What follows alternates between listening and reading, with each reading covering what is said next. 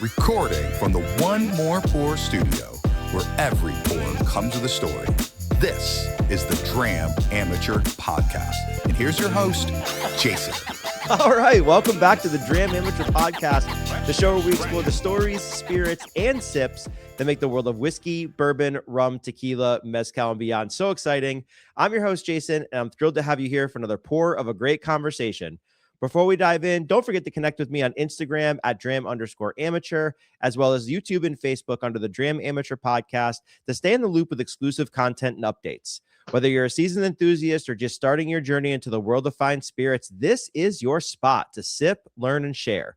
So pour yourself something good, get comfortable, and let's kick off another unforgettable episode of the Dram Amateur Podcast. And ladies and gentlemen, the king of porch pops, the king of high proof hikes, he's here with me tonight. We're going to do a blind bonanza like we always have before because it's fucking fun as shit.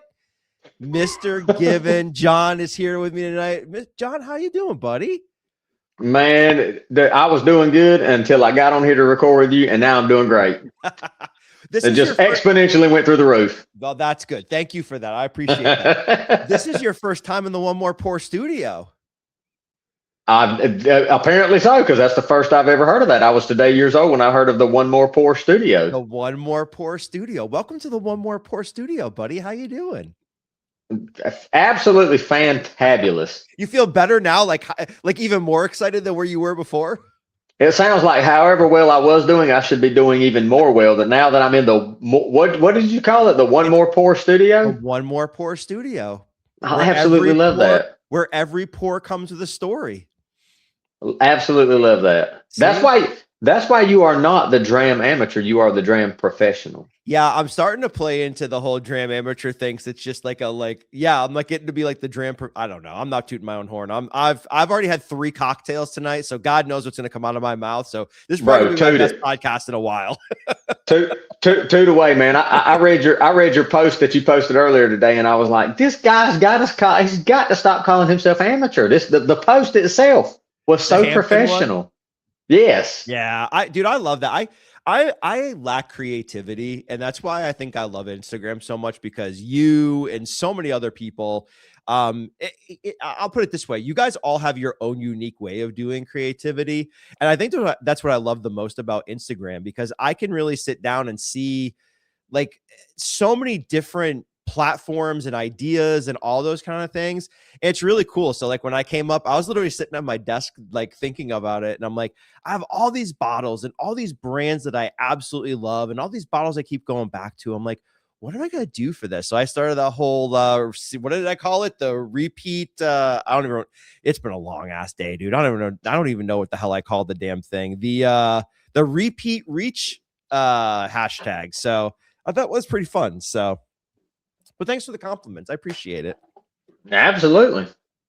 So, you know me, I'm a fanboy for Hampton, buddy. I'm a fanboy for Hampton. Yeah, and there's one store around here that I actually see some of their stuff in, and because I'm a novice and I don't know what I'm looking at, I look at it, I'm like, I don't know what that is. And I try to look stuff up, but I have shit service in that store. So it's like, can't find very much information, and I end up never getting anything, but you know how that goes. It gives us another reason for a blind bonanza. So, I mean, tonight we're doing a blind bonanza. We'll talk about it here in a minute.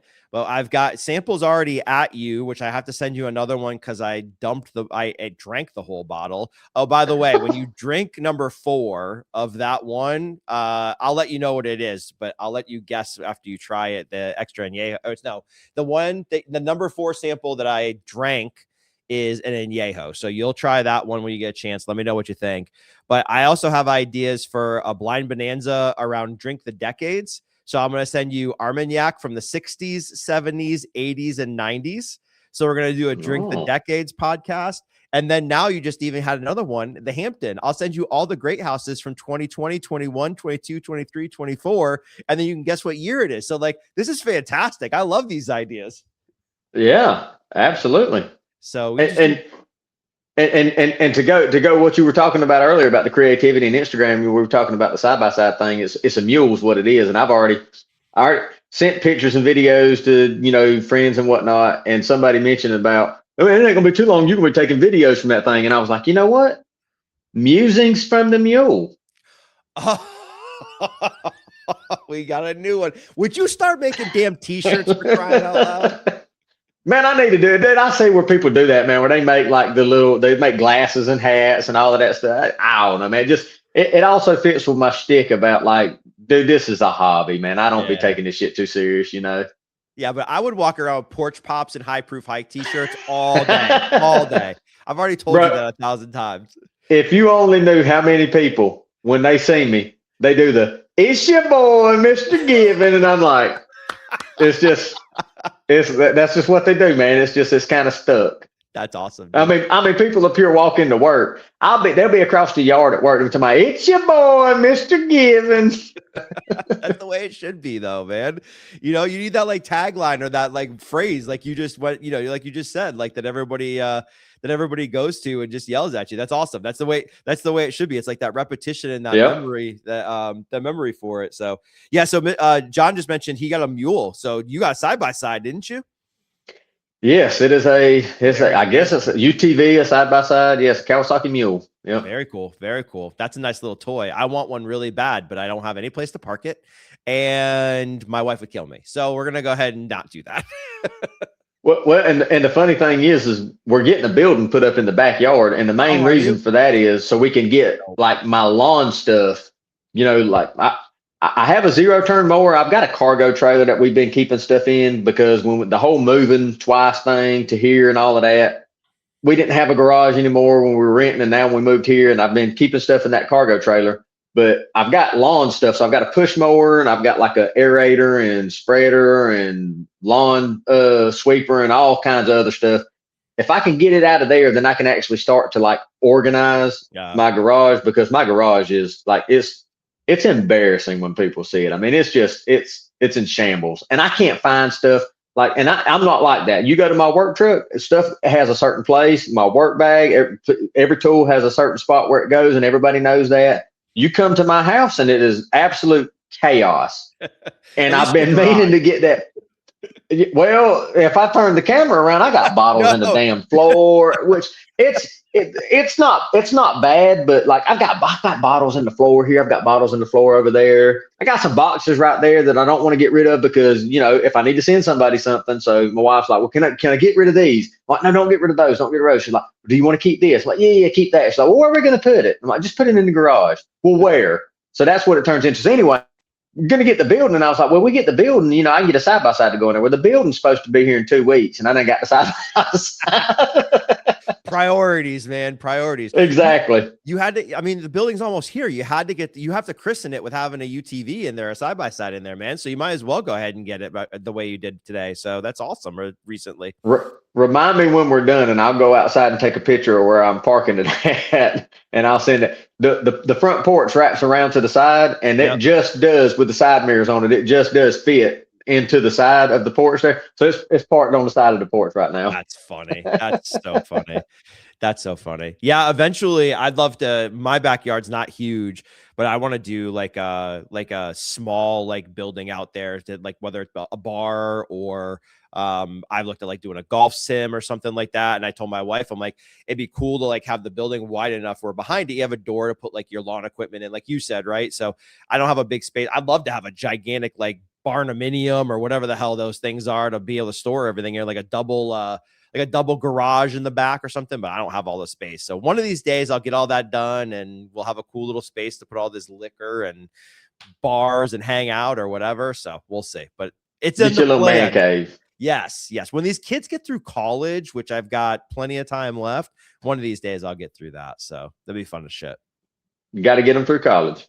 Yeah, 3 of them through college, man. 2 of them, so 2 juniors this year and a freshman. So I've got 2 seniors next year. So yes, it is coming very quickly, and I need to pay attention and not do anything stupid financially so I can help them get through college.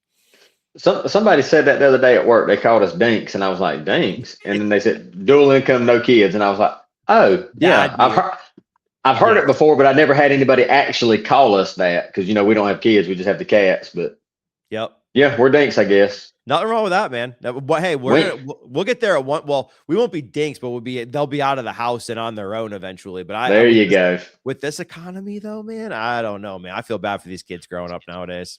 Oh man, yeah, I couldn't imagine. No, I couldn't either. So, your Georgia Bulldogs won today. I heard you told me. Congratulations, and they won the series. Yeah, Yeah, they won game 1 and game 2 today, so they won the series. But it's Missouri, so Missouri's probably the worst team in the SEC. Okay. But Georgia's pretty good in baseball this year. They beat some really good teams this year. So I actually seen the graphic during the game. They put up that Texas has been in first or second place with us most of the season, but now Texas A&M is in second place in the SEC, and we actually beat A&M in a series earlier this season. So we beat some good teams. That's good.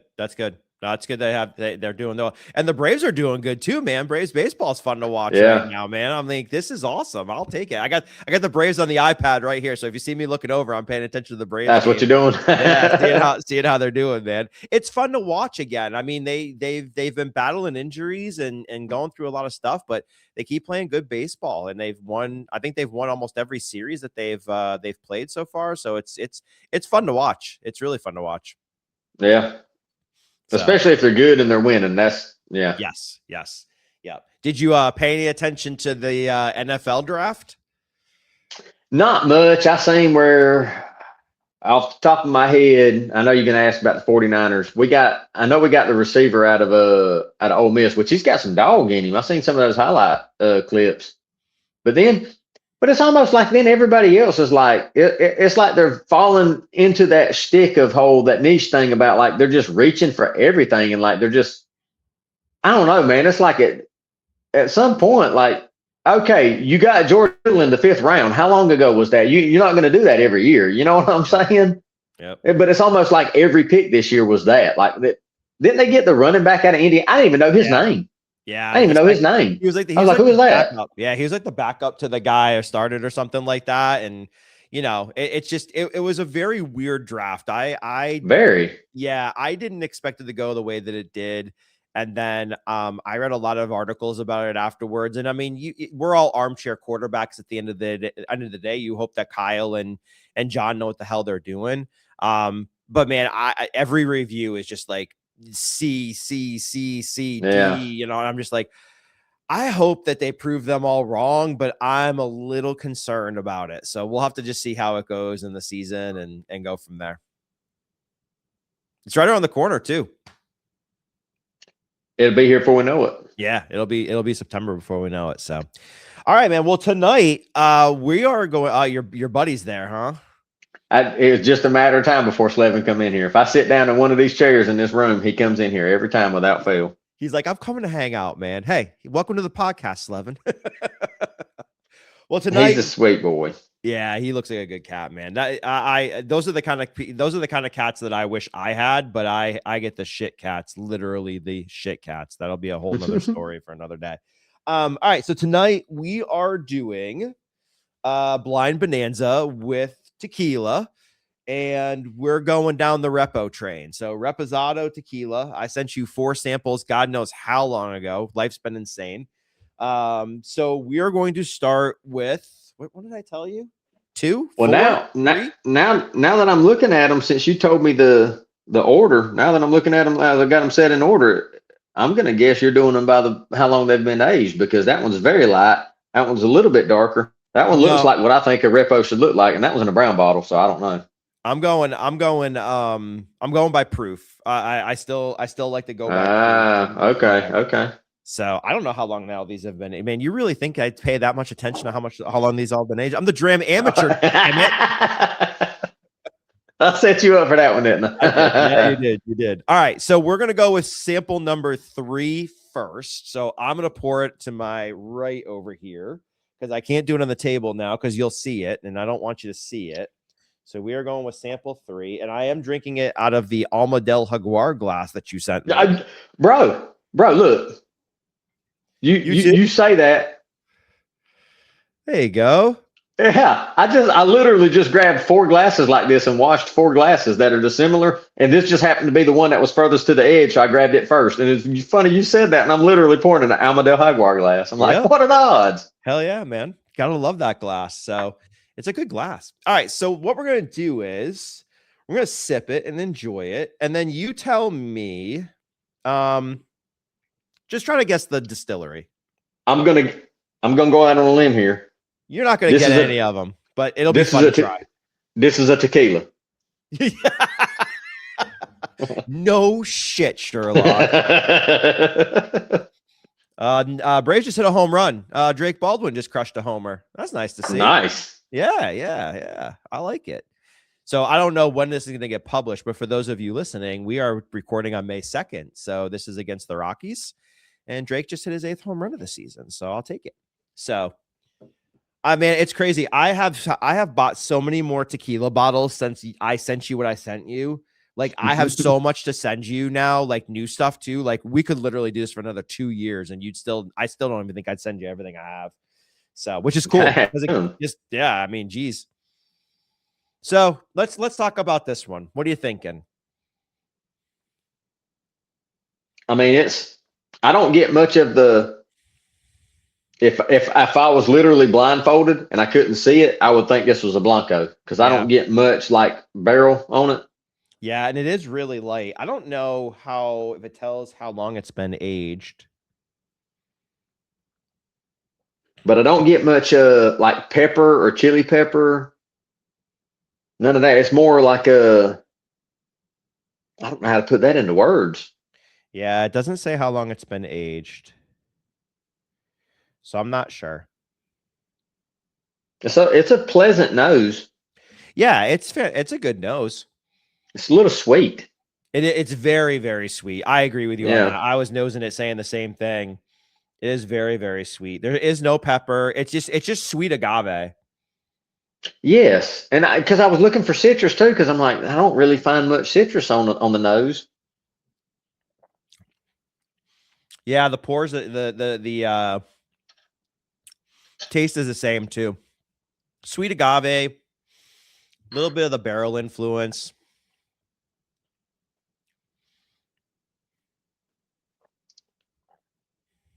Yeah. Well, there's a little dry, a little bit of pepper on the end there. Okay. I get what kind of pepper though? I get like green pepper. Like I get like just like greenish yeah, like a green pepper. I don't get anything spicy or jalapeno or anything like that. I get that like vegetal note on it. That's literally what I was about to say, that it's not spicy and it's not black pepper. Yeah. Yeah, more like bell pepper. Yeah. Yeah, it's the vegetal note on it. It's good. That is a very nice nose though. It is it's pretty hard to find. I'll share some tidbits with you. Give you some hints, because it's going to be hard to guess the distillery with all the friggin' distilleries out there. I wouldn't guess that anyway. I think that I think 3 of the pours that I have, you've had samples from me or you have bottles from them. Oh, really? Yes. Well, just 1, 2, 3, 4, 5, 6 bottles of tequila sitting on the floor right there. So you only have 6 bottles of tequila? No, on the floor. I was gonna say, you have a hell of a lot more than that. That's what I was about to say, because I haven't made room for them on the shelf, sorted stuff, whatever, so like they're just sitting on the I don't know how many bottles total I have at this point, but I would say it's got to be at least a couple dozen or more. Remind me to go a little lighter on the pour next time, because I'm telling you what, I'm going to be slurring words before the end of this podcast is over. So it's got legs, man. It's a leggy little thing. I'm surprised for how light it is. It's a very light repo. Okay, so if I had to guess proof. Yeah, try proof. I don't think proof will be hard, but you tell me. I need to chill out my damn pores. Jesus. Well, like I say, I was sipping on 13th Colony Cask Strength bourbon earlier today. So to go to that, I mean, of course, that's like 80 proof going from Cask Strength But it really does. It really does. I mean, it's like you say though, it's not thin as in the viscosity of it because it does have a good buttery mouthfeel. Yep. But it is light on the ethanol. Like when I taste it, I don't think it's high proof. There's zero ethanol on that. Like there's nothing off-putting about that nose or the palate in any way, shape, and form. Those are the ones that whenever I drink them, I'm like, when I see people in the shows and the movies and stuff, and they do a shot of tequila, and I'm like, just like you're scared of it. Like, ooh, it's gonna burn. Not good. Maybe Jose Cuervo, but not this stuff. Yeah, the good stuff. The good stuff. So I'm gonna go out on a limb, and because it's the first one, and you said you're doing it by proof, I guess that's 80 proof or close to it. You nailed 82.3. it. Is it 80 proof? Punch the roof, buddy. Let's go. You nailed the proof on that one. What's the distillery? 80 proof. You got three guesses on the distillery. I'm going to go out on a limb, and this is going to sound crazy, but I'm going to guess that this is somewhere in Mexico. Jalisco, to be exact. That was going to be my next guess. Jalisco. I won't make you guess the nom number because noms. I still don't even have all the noms memorized, dude. I do not know how the hell these guys memorize. Well, and they do so much friggin' sourcing. Like I think off the top of my head, the most recent bottles I got, like that Manuscrito and Lost Lore, both of them, they source from noms, right? 14, yeah, 14. Yeah. That's one I hear often. 14. Yeah, it's Sergio Cruz, dude. Yeah, nom 14 is probably one of my favorite ones. Lost Lore. I was in Chattanooga a couple weekends ago, and I went into Imbibe in Chattanooga, and I walked over and I'm looking through the whiskey section and going through everything. I went to the tequila section, and they had all the Lost Lore expressions, and I was like, all right, cool. Like, I love the Blanco, the Repo, the Añejo. Like, they're all fantastic. I'm like, why the hell can I not find a freaking high proof Reposado? Like, it's the one that I really, really want. So I was disappointed. And I'm literally in the store talking to myself going, why do they only carry the 3? Why can't they carry the high proof Reposado? Why can't we have something different? I want one of the unique expressions. I walk up to the damn counter. Sure enough, behind the damn counter is the high proof Repo. I'm like, I'll take that bottle, please. I was like, hell yeah, man. So that was dope to find out. Like, I almost jumped over the counter in glee, like finally found one. The guy was like, dude, you're excited. I'm like, I have been looking for that bottle forever. I'm like, I was ecstatic to find it. So yeah, Lost Lore's 14. I don't know about Manuscrito. Dude, I will tell you, if you find a batch 1 of Manuscrito, it's so effing good. Well, I've got the they do the chapter, so I think it's chapter 2 and chapter 4, which is their high proof Blanco and then their high proof Repo. I've got both of them, of course. I ordered the high proof stuff. Chapter 1, great. If it comes from 14, I mean, it's basically the same stuff, right? Yeah, but they all make them different. I mean, Alma comes from 14 too. Oh, does it? Yeah. Yep. So Sergio Cruz. Yeah, I should have known that. Yeah. They all have different recipes and different ways of doing it. So it's just fantastic stuff, man. I mean, Sergio knows what the hell he's doing. That whole entire nom is well done. So, all right, man. What guess at distilleries? I know it's gonna be impossible, but you're gonna nail one of them tonight. Just living up here biting on my tubing from my pump, little pump. As far as distillery, shoot, I wouldn't even know where to begin with the tequila brands. Is it something that I have? Is it something that you think I have? I don't think you've had a bottle of it. I don't think you have a bottle of the brand. I do know you've tried a sample from me. Well, you saying it's hard to come by makes me think automatically, and I'm going to say this wrong because I said it wrong before on the other podcast we done. Is it Fortaleza? Congratulations, man. You're a 1-for-1 tonight. Look at you, buddy. Well, when you said it was hard to get, I'm like, yeah, it's got to be Fortaleza then. Yeah, there's a lot of hard to get tequila, though. So, yeah, it's Fortaleza Repo. So now Fortaleza. Yep. Fortaleza. It is good, though, man. I enjoyed that. That's pretty good. 80 proof. Yep. So it's lot 101. This is an older bottle. I got a more recent one too. And it's pretty darker. So the newer release is a lot darker than that, the one I have here. But yeah, it's Fortaleza, Mr. Leza. Or what's the if I'm not if I'm not mistaken, on your episode with Kenny, didn't he say that was basically the only tequila that's allocated? Yeah, this thing is allocated as hell, dude. Los Abuelos. Yeah, this like I don't find Fortaleza very often anywhere. If I do, I try to snag a bottle. And then if I snag a bottle, if I already have like some of it, I share it with other people because it's so hard to find. So if you ever want a bottle, just let me know. I think I have plenty of Blancos. I'll ship you one. Actually, you know what? I owe you a bottle because you sent me the Manuscrito. So there might just be a Fortaleza that pops up on your doorstep one of these days. But this is the thing, though, Jason. You never owe me anything. That's bullshit. I don't like owing people anything. That's because you don't. You don't have to worry about it. No, I appreciate you getting me that Manuscrito, dude. I was in Orlando for work, and it was weird because I had like meetings like Wednesday through Friday, and then I had to be there again for Monday for like a whole conference from Monday to Thursday. So I told my wife, I'm like, are you good if I just stay? Like, there's no sense of flying all the way back to Atlanta, dealing with traffic, the airport, coming back down. And that's if everything's perfect, right? No delays, no nothing. And she's like, yeah, that'd be stupid. Like, why would you do that? Just stay. You got friends down there. Go hang out. So I went and I went to Big C Liquor. So I'm going to shout out to Big C Liquor, whoever listens to this podcast. I love that store, dude. Great people. Great selection. So I went in there and I was looking through the tequila section. They had a ton of shit. And I saw the Manuscrito batch 1. And I've always heard, or chapter 1. And I always heard like, if you see it, get it. It's fantastic. So I snagged it and brought it over to my friend's house. We drank 2/3 of that bottle just in one night, just sitting around, sipping, eating pizza and tequila go together like freaking peanut butter and jelly, dude. Who would have known? Dude, it's so good, man.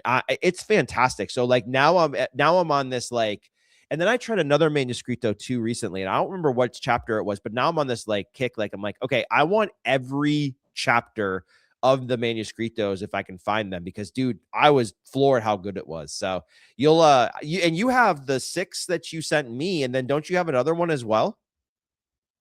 Or do you only have the 6?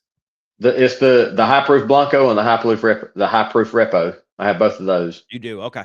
Did you open the high proof? You sent me the Blanco or the Repo? You sent me the Repo, right? I think so, because I think the Blanco is the one I got first. I believe that's right. No. The one you got was that one they do. That's what do they call it? Quinto, whatever. It's like short story. 6? Oh, okay. So it's different. Yeah, it's the one that they say that is they can't fit it into like their normal regular releases. So they do like a series. They call it like short series or something like that. Dope. Oh shit. Yeah. Now I want it even more. And and I want to say that's the first edition of that one.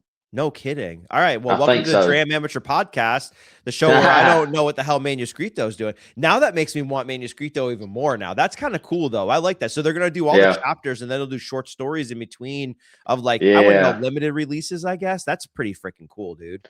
And that one that I sent you is, I want to say it's 100 proof. Okay. So I have not opened it. Which every time I go into, stores and I look in the tequila aisle, everything's friggin', sometimes you see stuff that's like 84 proof, but like everything's 80 proof. And I'm like, it just doesn't interest me because, drinking high proof stuff all the time, it's like, man, I drink something 80 proof. It can be really, really good, but it's still just 80 proof. So you're still a little disappointed. Yeah. So, you want the high proof stuff. And to see them release that and it be 100 proof, I was like, hell yeah. Let's go. I'll buy that. That's cool. No, but and if they release other ones like that don't fit into their chapters, whatever 1, 2, 3, 4, whatever, and then that's good. If they release it at 100 proof, I'm like, yeah, just take my money. Here's my card number. Save it. That's where I'm at too right now with that brand, and it sucks because we can't get it here in Georgia. So like it's distributed in Florida, but not here in Georgia. So I'm like, when is Manuscrito coming here? Like I need to have them on the podcast, dude. That'd be friggin' yes. That'd be cool as shit. That'd be really, really cool. So if I'm not mistaken, them cats are from Wisconsin, maybe the cats that founded it.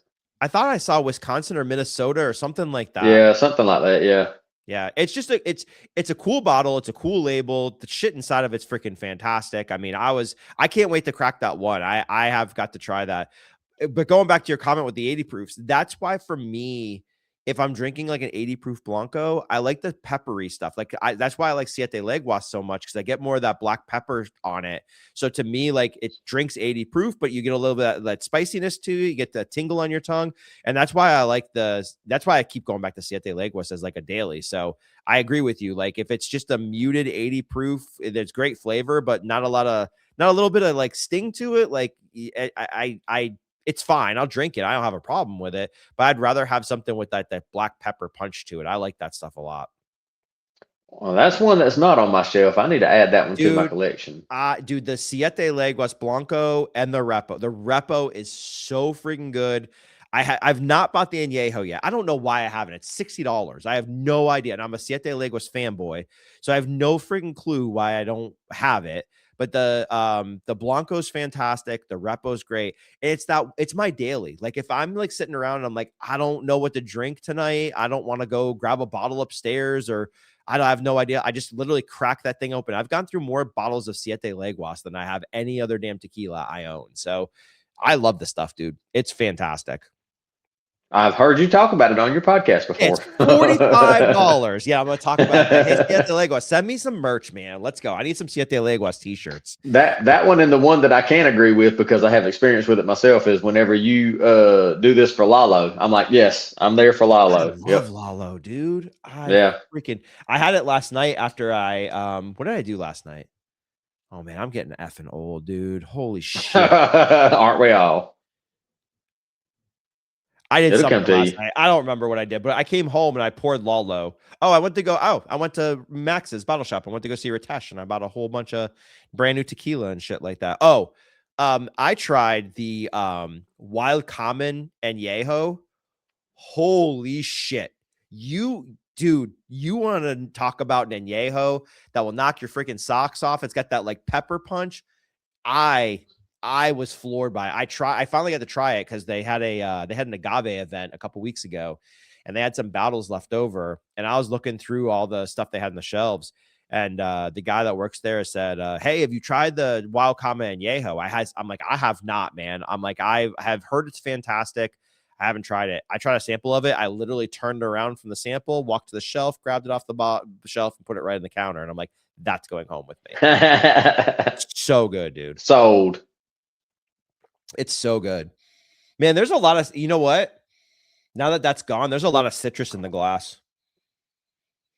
There's a lot of citrus in the glass. You know what? Smelling that, it smells like a margarita. We said it at the exact same time. I was like, that smells like a margarita. And when you said citrus, I'm like, the lime and the orange. Yeah, that smells like a margarita. That smells like a margarita. That's insane. You know what that smells like, Jason? That smells like a good fucking time. That's what that smells like. Man, I love a damn good margarita, dude. Bro, right. I told one of my work buddies, he's Mexican, and I've been sending him shit when I do my side by side stuff. Mm-hmm. And we'd be talking shit, whatever. So I sent him something. He said, "You might have a little Mexican in you." And I said, "Shit, I am this coming Tuesday because it's Taco Tuesday and Cinco de Mayo." Oh yeah, I'm gonna have a little Mexican in me that day. All right. Raul Salinas, the Smoking Text podcast show, he tells me, he's like, "Dude, you're honorary Mexican, dude." He's like, "You love everything Mexico." I've told him, I'm like, I love Mexico. I love everything I've had from there. I love the food, the culture, the people. He's like, "Yeah, dude." He's like, "You just need to be honorary Mexican." He's like, "I'll adopt you into the family." He's like, "You're good, man." Familia. La Familia. Yeah. There you go. Yeah, La Familia. I took 5 years of Spanish. I spoke fluent effing Spanish in high school. So like for me, like everything just flows pretty easily off the tongue sometimes. So I get tripped up on a few words here and there. I probably speak better Spanish than I do English half the time. So I don't even speak Spanish anymore. It sucks. Well, this may come as a surprise to you. I've been told I don't hear it. I don't pick it up. I don't see it, and I don't see where they're coming from. But I've been told I've got some sort of a Southern accent or Southern drawl or something. But when I had Spanish in high school, I had forestry before I went to Spanish, and they wanted us to enunciate these Spanish phrases and words. And I'm like, I just left forestry class where, we talk like I talk. Like, I can't come in here and enunciate these Spanish phrases like I come in there, like just familia. And then somebody's La Familia. And I'm like, no, that's family is what that is. If I'm there for a week for work, I start picking it up pretty quick. It's cool, dude. I love it down there. You would love Mexico City, dude. You'd love the food, the people, the tequila, the mezcal, dude. It's so much. It's so fun, dude. It's beautiful down there. It really, really is. The people make it the best, to be honest with you. That's what I was about to say. There's a cat that at my former employment, we would go to dinners and such and whatnot, whatever. If he was there, he worked for a business partner as a representative or whatever. And he was from Colombia, not Mexican, but Colombian. And his last name was Escobar. And listen, he told me that he weren't kin to that Escobar. And I was like, nah, you from Colombia, your last name Escobar. You kin to that Escobar. You tell me all day long you ain't, but you is. But dude, every time, man, they'd be a table of 20 people, and he'd be over yonder, and I'd be over here, and we'd get to talking. It didn't matter what anybody was talking. He would tell me about certain Colombian things, and tequilas and this, that, and other. And we get talking about that, and we just tune everything and everybody else out in here. He was good people, man. I liked him. I enjoyed the conversations with him. Yeah, it's cool. We ended up I have not met a person yet that is of Hispanic descent that I just is not an amazing human being. We were at a restaurant in Mexico City, and there was 4 or 5 of us, and there was a waiter that was with us that barely spoke any English, and of course we all barely speak any Spanish. So we're all on our phones. He's on his phone. We're all trying to translate.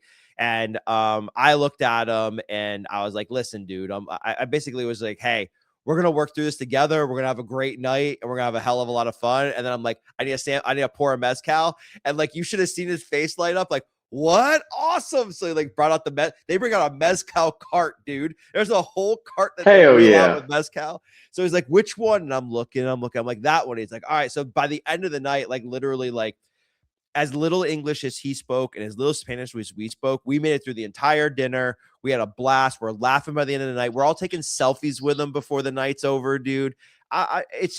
It's things like that like you don't get every day here in the United States a lot of the time. Yeah. So to have somebody like that, and I think the cool thing about you is everyone's open-minded, right? If you're open-minded and you try to speak their language, they're going to appreciate that. They do the same thing back, and you'll work through all of those things. If you get caught up in a word, just Google freaking translate it, figure it out, share, back and forth. So it's a hell of a lot of fun, dude. Great memories of that place. I probably go back in the fall. I can't wait to go back. The food is fan-effing-tastic. It's freaking phenomenal. It's unbelievable.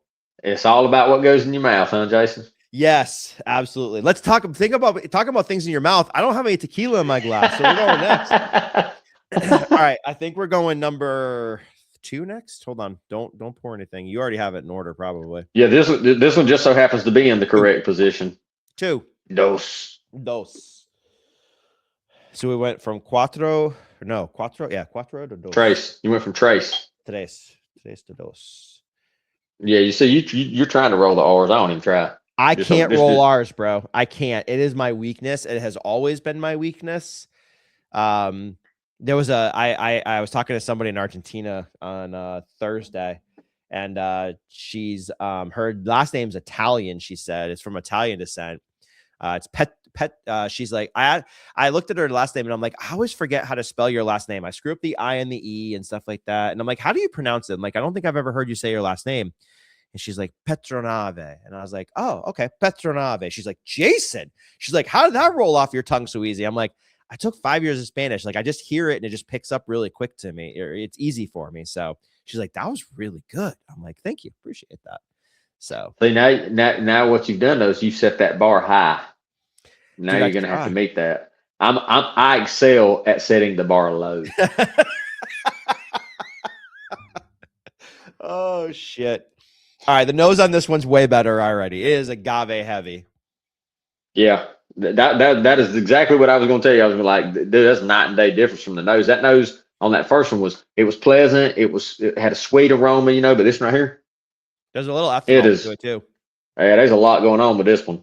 Yeah. That one's cool. So this is from one of my favorite brands, and you have had a sample from this brand before. I do not think you have a bottle from this brand. It's crazy if you don't. It's crazy if you do not. I had a guess in my mind until you said that. When you said that, now that makes me wonder. If you've bought a bottle, I don't know if you've let me know. You may have bought a bottle because I've talked to you about them 100 times. I've not had a bad bottle from this brand, and I have a mezcal from this brand as well, and it's equally as good. Yeah, that nose is freaking dope, dude. It is agave. Yeah, a lot There's going citrus on. on it.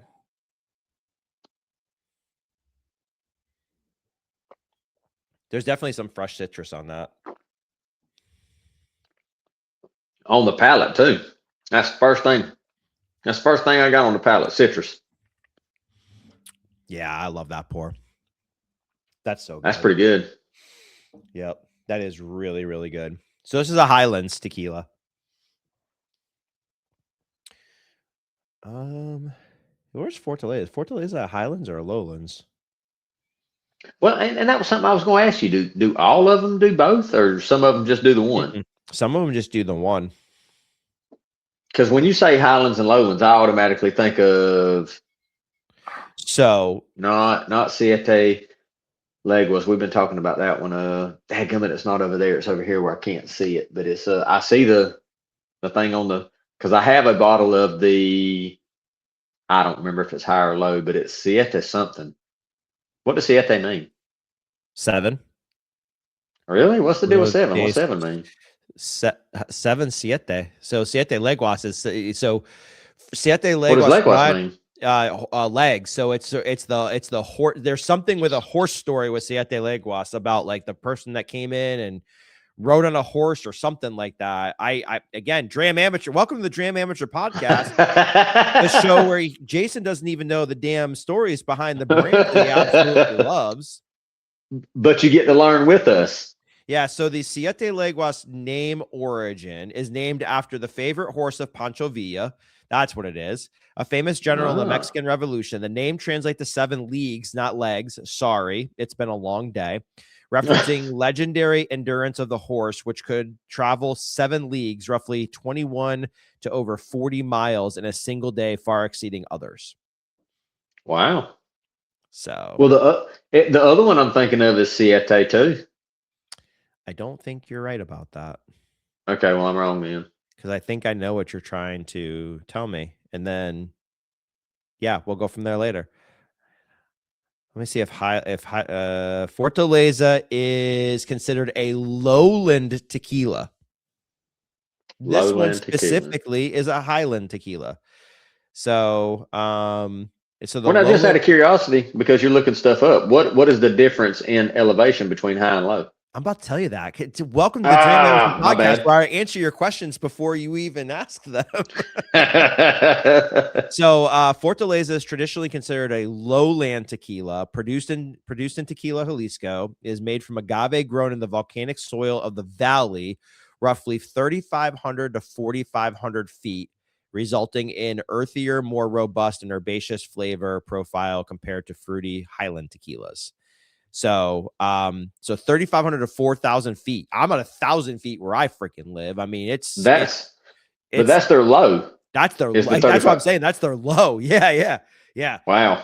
I mean, Mexico City's like 8,000 feet or 9,000 feet above sea level. Mexico City's they were the hell up there.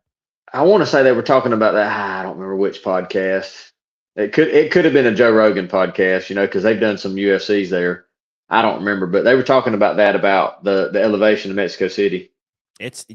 When I get there, I get to the hotel, I order 3 gigantic bottles of water, and I chug at least one of them the first day, because you'll get altitude sickness. Really? Mm-hmm. Wow. Yep. Altitude sickness. Yeah. You never had? Yeah. You get like a headache all day. You can't get over it.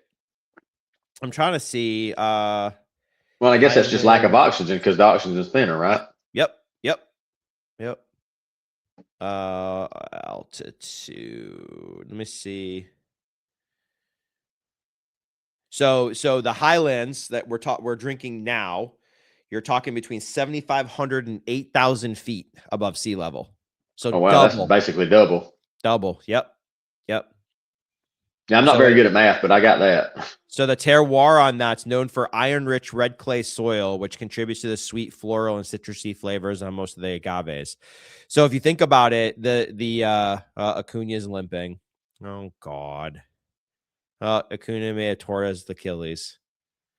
Okay. Anyways, yeah, I guess the difference is like the valleys have like all the runoff from the volcanoes, right? So if a volcano exploded, all the runoff sits in the valleys, so it impacts the soil. But then your highlands, all that stuff runs off, so you just have the clay and everything like that. So, yeah, that's the differences behind it. Terroir is a cool word, and it's a very interesting impact of what we drink every single day in the tequila world. So more earthy and minerality with the lowlands, and Yep. more fruity with the highland. I never knew that. I just learned that today. Yep. Welcome to the Dram Amateur Podcast. It writes itself. So what do you think about this one?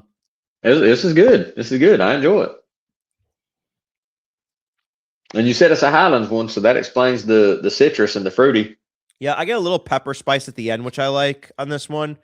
It's viscous as hell, dude. I mean, the mouth coat's insane. Let me see if it says how long. Oh, let's see. The pepper at the end and the proof kind of makes me wonder. I'm gonna say 96 proof. You're wrong. Higher or lower? Lower. Really? Is it 90 proof? Nope. Lower. 88. Lower. 84? Lower. Is it 80 proof too? Yeah. It's that pepper on the finish. And see this, but this is why I like the peppery ones, because you can drink an 80 proof tequila and you get that little bit of punch and you're like, all right, like this is my jam right now. Like, I'm like, this is what I really like. So I never would have guessed that was 80 proof. Yeah. Like I that again, that's why I like the Siete Leguas. And I think Siete Leguas is a Highlands tequila. Let me see. I think it is Leguas. Highlands. Siete Leguas is high altitude. Yep, it's a Highlands. Yep. Wow. I definitely need to get some of that then. Yep. That was very enjoyable. Yep. So and as soon as I see 80 proof, a lot of times I just ignore it. You know, I don't even consider it. And see, this is why I do these things with these, like, you know, these bonanzas, because blind bonanzas, because it's fun, because you get to try something you haven't tried yet, and I get to introduce you to something that you probably may not snag because it's just 80 proof, which doesn't always tell the full story. So, what was the brand that you're talking about that you have? Is it Siembra? Yes, that one, Siembra Valles, and then is that what? Yep. Yeah, the label. As soon as I seen the label, this is a Siembra Alteño. So it's a tequila. That's what this one is that we were just drinking. Yep. Okay, well, I was along the right lines then. Yeah, you were. Yeah, you're 2 for 2 right now, buddy. I'm gonna give you 2 for 2. in tequila of all things, like, what are the odds? Yeah, man. Yeah, but it's pretty dope, right? It's a good pour, man. It really, really is. Yeah, because the one I have is Siembra Valles because it's the low one. But what is the high one? What did you say it was called? It's Alteño. Okay, Alteño. That sounds like altitude. So it's good. So this is the repo that's like this. So this is this is a special release. I don't remember what's different about it. I do not know, but they're out there. They make a Blanco and a repo one in this. I have both, and they're both fantastic, dude. They're both hell of a friggin' delicious pours. So definitely snag it. So see, you have more 80 proof tequila that drinks a little hotter than 80 proof. Well, I have the low one, the Valles one that's 80 proof, and I think I got that because of a previous is that the high Blind Bonanza that we done? No, I know it's 80 proof. Yeah. Oh, really? Okay. Because I think I would have had to have gotten that based off of something that you said, or one of these that we done. I think because, like I say, if I see 80 proof, I usually just ignore it. Yeah, it's good, man. Everything from that brand has been absolutely freaking fantastic. There's not been one thing that they've done that I do not like. So and the problem is there's so many bottles out there that you can buy. Like I was at Max's bottle shop yesterday, and he's got on the shelf, that one, and then 8 others. I'm like, I can't buy 8 bottles of all this stuff. I'm like, well, I could, but I'm like, I need some variety. So, but yeah, they do a lot of different stuff. So, I just got the anniversary bottle. The last year was the Hoven. This year they did a Blanco. I haven't opened it yet. I found that in Chattanooga and was just like, again, jumped out of my socks, like excited about it. So I gotta try that one next. So when you say Hoven, what does Hoven mean? So Hoven's a blend of different tequilas, so aged tequilas and younger tequilas. So like, I just saw an article the other day, the Cascanes Hoven that just came out, is a blend of Blanco. I think it's like, I'm going to tell you, like, I'm going to throw out numbers, but just as a reference, it's not right. So like 70% Blanco, like 15% or no, 60% Blanco, 15% Repo, or Añejo, a small amount of Repo, and then like 2% of extra Añejo, because I was surprised that there was 2% extra Añejo in that. So they just take a blend of aged spirits and the Blanco spirit and blend them together, and it's called the Hoven. Okay. Yep. I learned that today on the Dram Amateur podcast. Hey, as many things as I know right now, there's 1,000 other things I don't know, which is so yeah, it's a good bottle, man. Sambra is great. So, all right. We're going to a non-80 proofer. So we're going. So the proof is climbing up. No, 2. We're going 3 next. Yeah, we're going Quattro. Quattro. Is it Quattro? Yeah, we done Trace and we done Dose, and now this is Quattro. Yep. So this is the only bottle I have of this brand. And this is dark. It's much darker than those other 2. I will tell you, this is a single barrel. I just right off the bat. I will tell you that when I would literally, I'll tell you this, when I do that, I have to look and make sure there's something in the glass. I literally don't smell very much. It's a Valles, so it's a Lowlands. It's one of my like favorite this year. Yeah, it's very the nose is basically non-existent. I get more barrel on the nose than anything else. It's definitely darker than the other 2. The last one you give me, number 1, it's in a brown bottle, so I can't tell. But that one's definitely darker than the other 2. Yeah, I get a lot of barrel. Well, right there. I got a little bit right there. Yeah, for me, it's all barrel. See, you're starting to get it, aren't you? Yeah. And when you say barrel, I automatically, that's caramel and vanilla. Yeah. I got a little ethanol on there too, which is cool. Yeah, it's all barrel to me, which I love. It makes it a little different.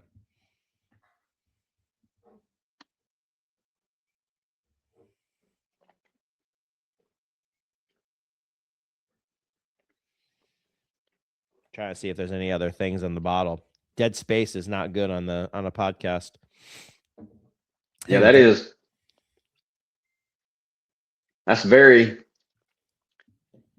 the caramel and the vanilla carries over, like it's sweet. And you get a lot of influence from the barrel. Ooh, a little pepper finish. Sweet agave. Yep. Yeah, I wonder how long that one was in the barrel. Well, you saying a single barrel makes me think, was it a store pick? Yep. Store pick, 210 bottles total. Store pick in Atlanta. The proof doesn't seem very high. It's higher than 80. See, I like that, dude. It reminds me, like, even now I'm still getting freaking flavor. I still get a long finish on that thing. I'm still tasting it in my mouth. That's crazy. Yeah, I remember I've drank a third of that bottle or a quarter of that bottle already. And I haven't reached for it much, but I put a big dent in it the first time I opened it. It's a fantastic bottle. I have not taken a picture of it. I have not posted about it. But yeah, that's a really good bottle. It does have a lengthy finish. That's a nice finish. Mm-hmm. It's drying. It sticks with you. You get dry. Is it drying? A little bit. Yeah. Yeah. Yep. Not in a bad way though. I mean, not like it's almost like my mid and front palate, not my back palate.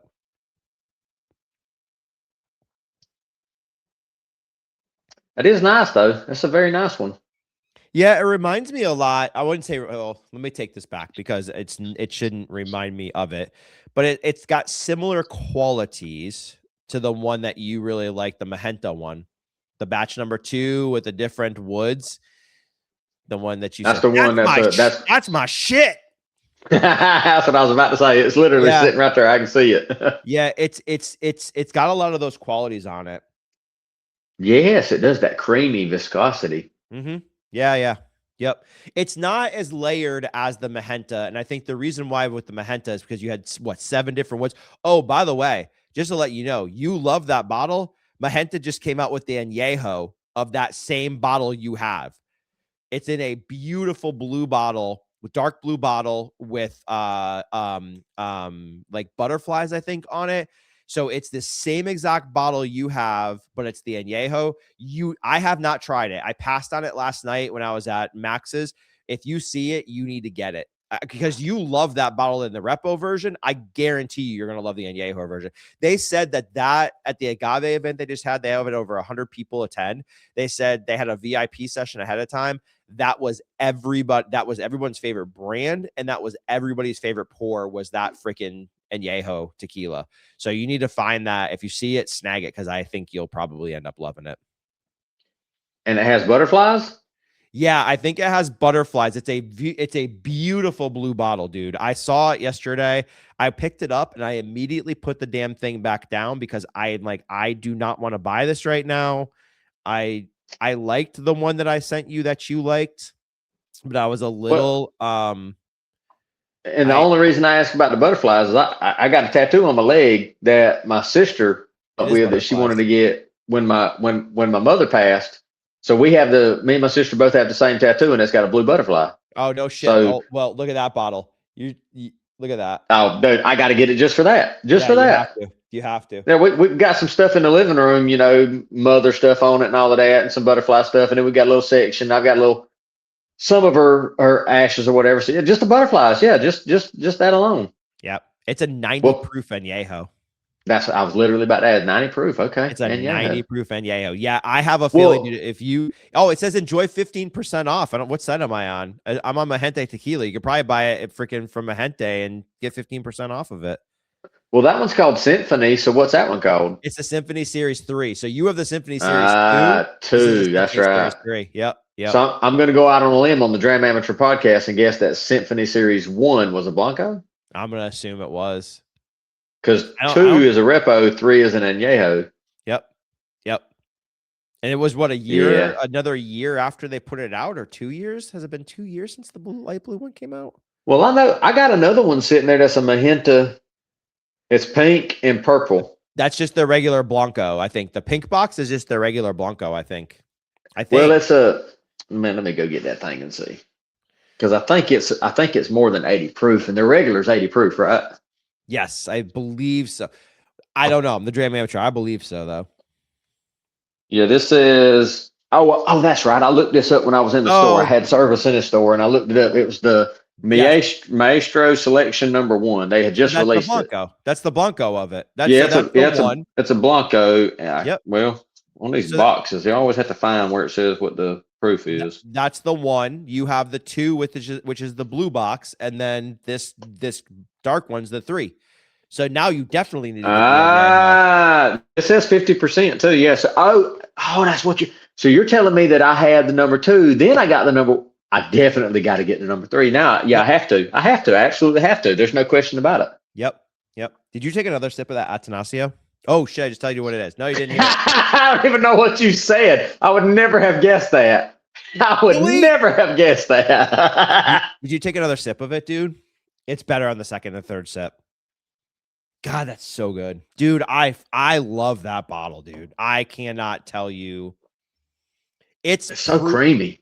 It is, but it's got the peppery spice throughout, like mid palate, the back palate, the finish. Yeah. It's still on the back of my tongue, like pepper spice. Dude, I love that bottle.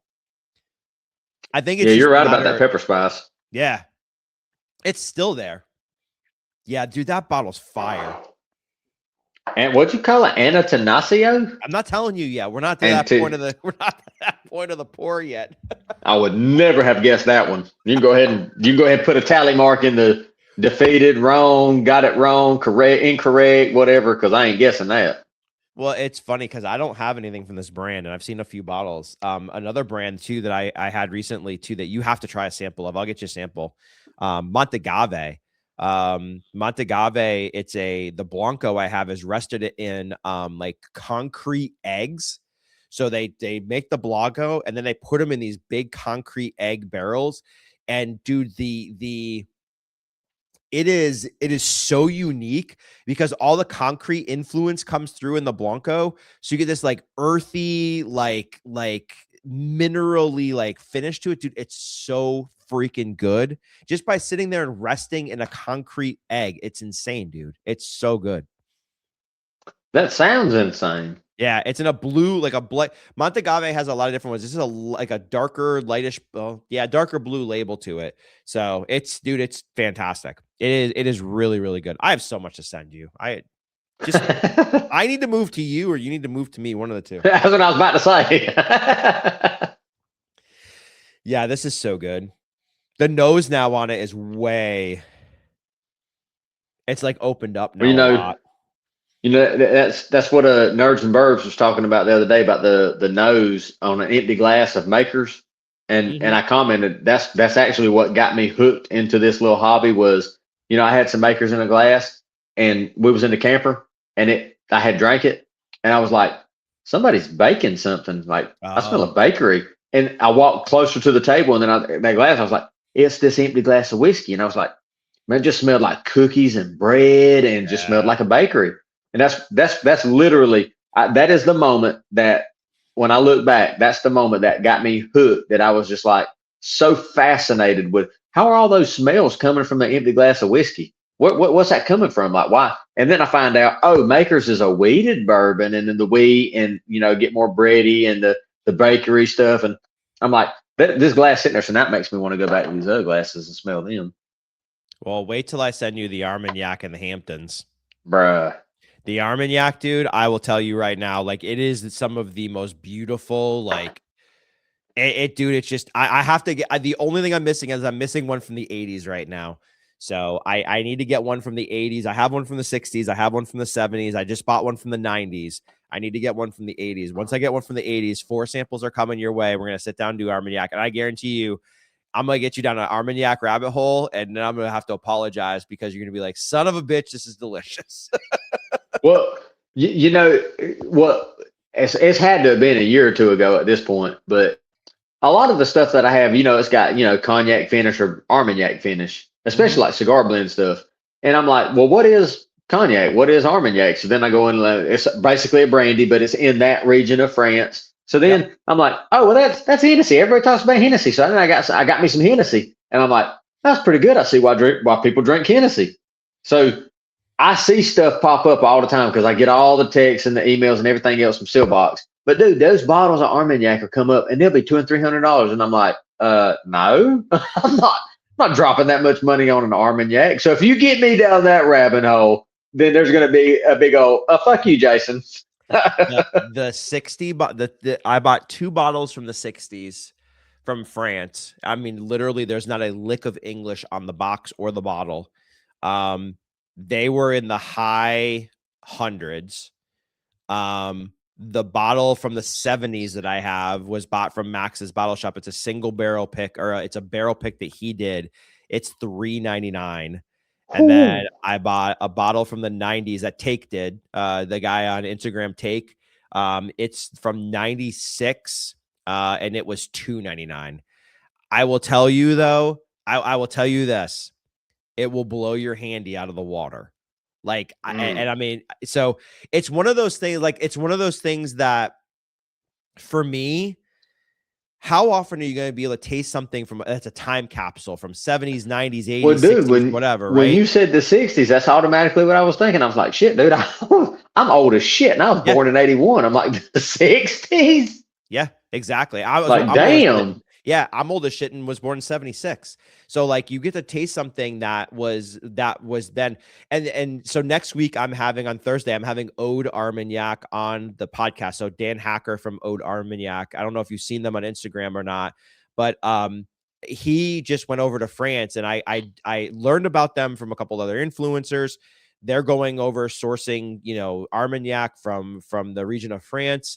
And then he just was over there this past like couple weeks ago, and he was posting stories, and like I swear to God, I liked every story. I probably look like a fanboy or a stalker to the guy, but like they're in these barns and basements and all these like things of these small, they call them domains. So these small, like, like houses, or they call them domains. Like, how do you say it? I guess like a house, but it's like their house is called a domain. So like they would go there, and dude, there was pours from like 1920. There was a pour I think he had from 1896, and just I sat there for a second. I'm like, wait a minute, he's in France. Like World War I and World War II, like France. So then I started doing research, right? And this is something I can't wait to talk to him about, because I told him, I asked him to come on the podcast. He said, absolutely.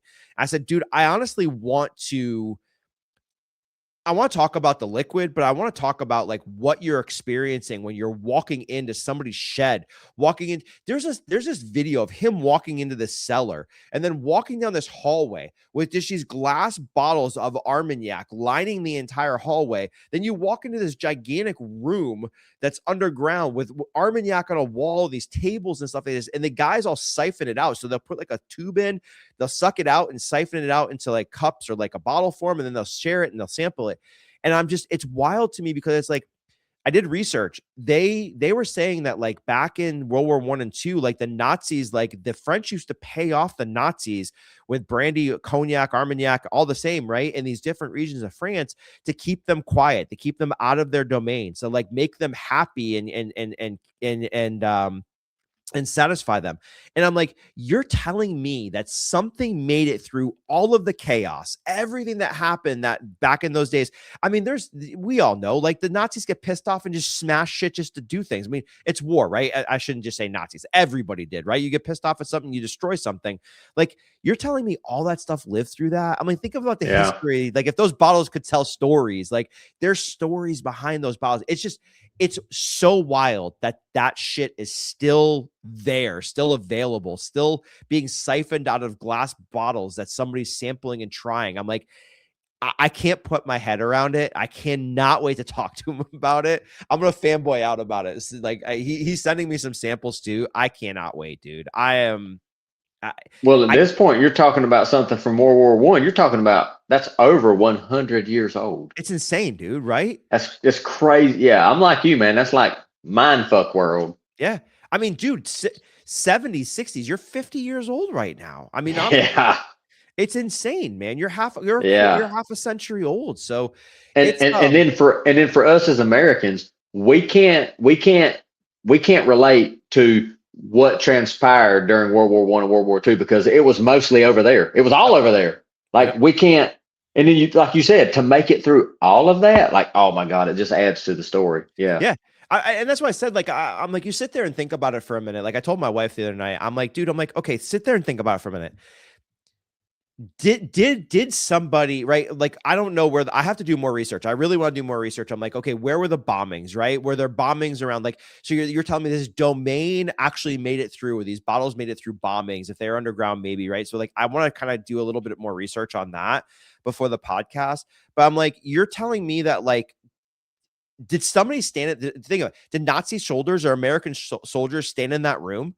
Right? That those bottles are still in, right? Did they sit down at those tables that people are sitting at and like sample these Armagnacs or drink these Armagnacs? That people give them this stuff to keep them happy and to keep them quiet and not to have anything bad happen to their families or anything?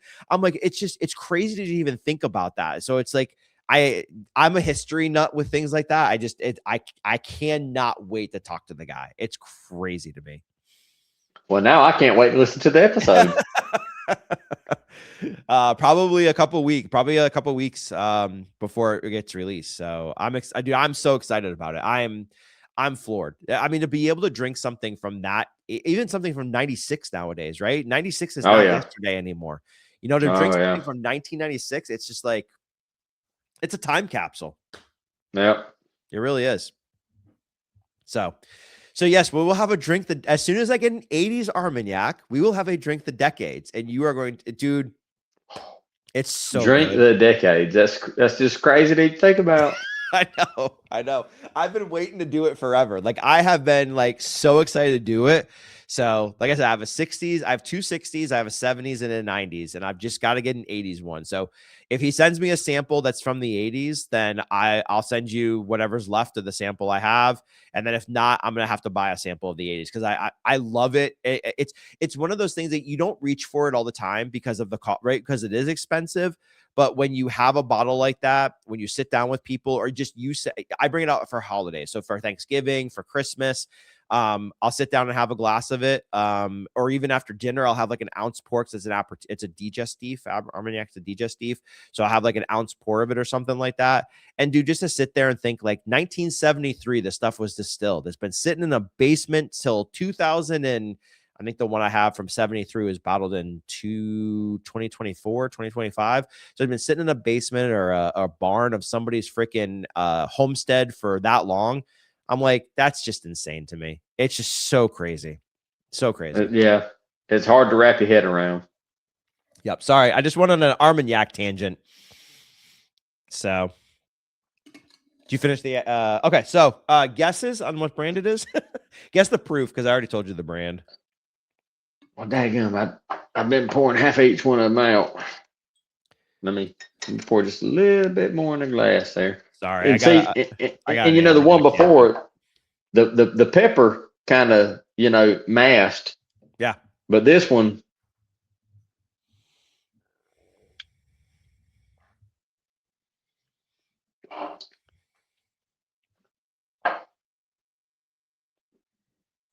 $92. You're high. Are you high? Yeah, you're high. Hold on. Common math. Yeah. Lower. What do you mean common math? Just addition. Two numbers. Like I'm trying to add, not you, me. Oh, you mean arithmetic? Yeah. So well, that whole thing went around about Common Core where they changed all of that, whatever, about how they. Yeah, that's what I thought you meant. I was like, I don't know about that newfangled mess. No, I remember my kids coming home one day telling me that they don't have to do long division anymore, and I'm like, wait, what? No, there's a new way to do division. I'm like, no, there's not. You do math is math. Math is math. So way to do long division like you're supposed to, or long multiplication. I'm like, come on, bro.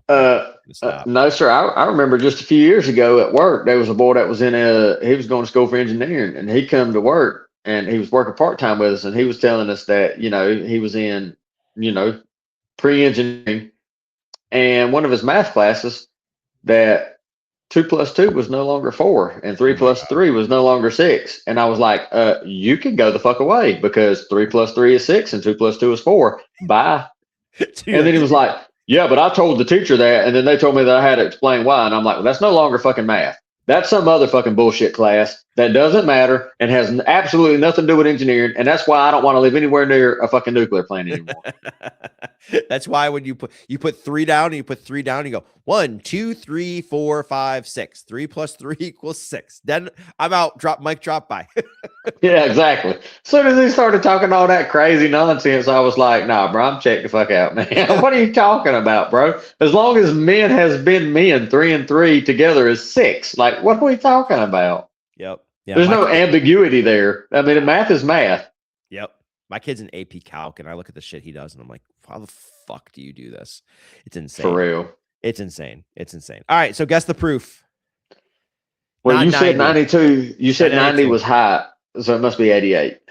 Yeah, you're just short. It's oh boy. 86.7. Yeah, something like that. It's 43.9. Oh shit. That's so 43 and 43 is 46, and that's 1, so that's 47.8. Yeah, something like that. And I say all the time in my videos I suck at math, and y'all don't forget that. I do suck at math, and I have never seen that before. Yeah. Atanasio. Yeah, Atanasio. And I've never seen that before. So they never Never would have guessed that. Their bottles don't normally come in this shape. So this is from Ancestral Bottle Shop in Atlanta. So if you ever drive through Atlanta, where you go the split to 75-85, they're off kind of the 75 split, and they're kind of over just, I don't know, like maybe 15 minutes off the highway. They're not that far.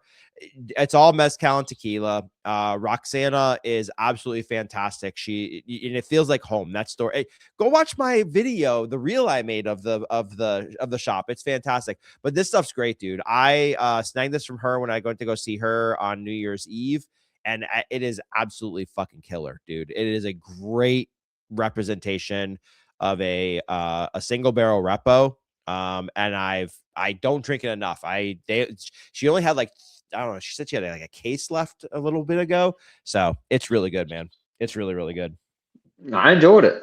Yeah, it's good shit. All right. Ooh, my glass smells like dessert right now. Yeah, for real. They typically do that when you get through with them. Good Lord. As it dries, there's got to be a science to that. Good. This smells so good. All right. Next one's gonna punch you in your face like a Mike Tyson punch on a cold night. Imagine it being 20 degrees outside. You're freezing your ass off. Mike Tyson walks up to you after you got out of the bar because you pissed him off inside.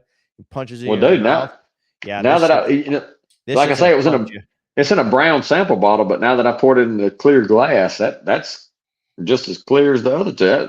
That's not very dark at all. I say that. And now the nose on that isn't as punchy as I remember. Where's the proof on this? Oh, I thought it was higher proof than that. All right. Well, anyway, I might be wrong. It might be the Punta Blanco from this company that's punchy.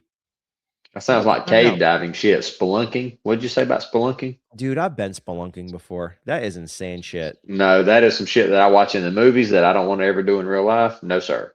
And I'm not necessarily claustrophobic. Dude, it's crazy, man. I've done some insane shit spelunking with my brother. That's when I was younger. And I could into that stuff. Do that. Yeah, he was doing it. Yeah, we always grew up outdoors and doing shit like that. And when we moved here, that whole like Northwest Georgia area is called Tag. I forget what it fucking means, but anyways, there's underground cave systems everywhere. Like, I mean, Chattanooga, right? I mean, Ruby Falls is down there, all that stuff. But there's a place in Northwest Georgia you can go. You have to sign a damn log. So you have to sign a log before you go in, and there's just literal friggin' hole in the ground. Like literally like rock, big hole. And you just crawl down in it, and it opens up to this gigantic cavern. I mean, like you're literally sitting there with your headlamp, like looking around, and then you walk a ways and you got to crawl on your hands and knees on your stomach, drag yourself through different cracks and crevices for a while. And I remember getting out of that, and we could stand up for the first time. So we stood up after doing all that stuff, and in front of us was a wall, like just a wall. And I'm like, oh, it's a room, right? You get done, wall behind you, small crevice you're crawling through, muddy as hell, get up, and you're like, oh, cool. I'm like, that's the end. He's like, nah, it's not the end. Where the fuck we going? There's a wall in front of you. He points, he goes, there. And I was like, what? And I pan this way with my headlamp, and it is this slit it's a slit in the wall that's about this wide, and it stands probably about maybe 3.5 feet tall off the ground. And what happens is, so what you have to do is you have to wedge yourself in. You go in feet first. It's easier. So you go in feet first, and it kind of goes up a little bit like this. And then what happens at the end is it goes straight up and then to the right. So it's like this long, skinny cavern. And then all of a sudden it's got this like this little hump that goes up and to the right. So you have to go up feet first. So you like literally when you get to that point, your foot touches it. You got to kind of bend your body and turn like this way. And your feet are up in the air, and then you're laying down. Your face is like backwards. So I remember being in that little spot, and he goes, turn your headlamp off. And I'm like, seriously? He's like, yeah, turn your headlamp off. Turn it off. You're literally sitting there like waving your hand in front of your face. You can't see anything, dude. You're literally like, your hand is like right here. There's no shadow. There's no hint of light. It's just darkness. It's the darkest dark you'll ever see in your entire life. Some creepy ass shit, dude. It's exhausting. it's cool, but at the same time, like I'm like, you have to bring like 90 batteries, backup headlamps. If you don't sign back out when you get out, they send down rescue crews like looking for you, and they'll charge you for it and all that stuff. So you got to take care of to sign in, sign out. It's insane. It's literally one of the craziest things I've ever done. You said it's the darkest dark you'll ever see in your life. Yeah, it's I crazy. won't ever see that dark because my ass ain't going down in there. Ain't no damn way. I always tell folks, unless Bickley, Slevin, or Angela is in there, and then if they are, I'm like, why the fuck are you in there? Get back out. The way you went in, come back out before I go down in there. Like, they ain't, no, absolutely not. Dude, I see that shit in movies and stuff, and I just wonder, I'm like, who does that shit for fun? Well, Jason, obviously, with his brother. Yeah, it's crazy. And then like you sit down, my brother, like we're sitting there in the dark, and he goes, "Imagine if an earthquake hit right now." I'm like, "You asshole." Bruh. Yeah, To dude, say it's that at the crazy. end of that time. Dude, I mean, so I remember when you got up into that, so there's a little room when you got up over that area. I say room, like it's like it's like a big circle kind of. You couldn't stand up. You could kind of half sit up. But I remember there was a bat that kept flying through that room.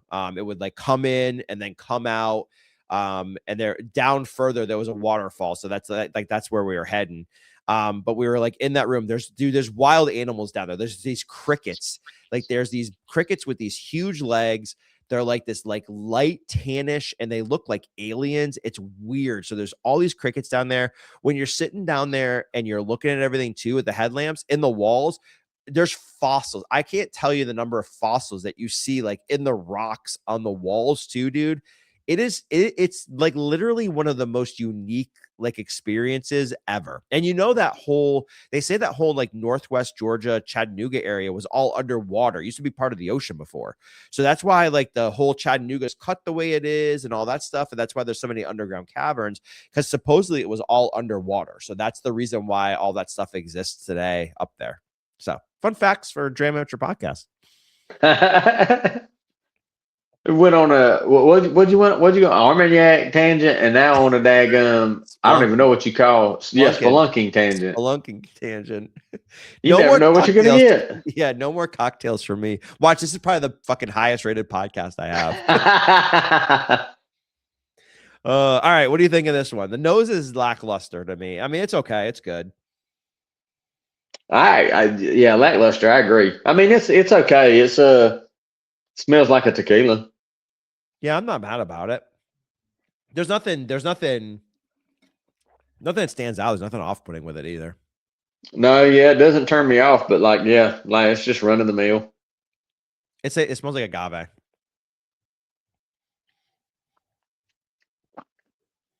I'm sure I can come up with some note. Now, when you sip it though, that's definitely a lot more punchy. Yep, there it is.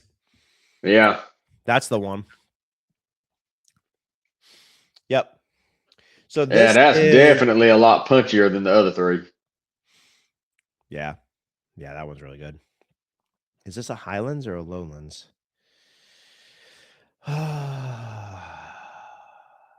We should be guessing stuff by now. Well, that's what I was about to say. If you told me to guess based on our previous conversation about Highlands, Lowlands, and the citrus and the minerality, I would say off the top of my head, I was going to say Lowlands. I was going to say Highlands.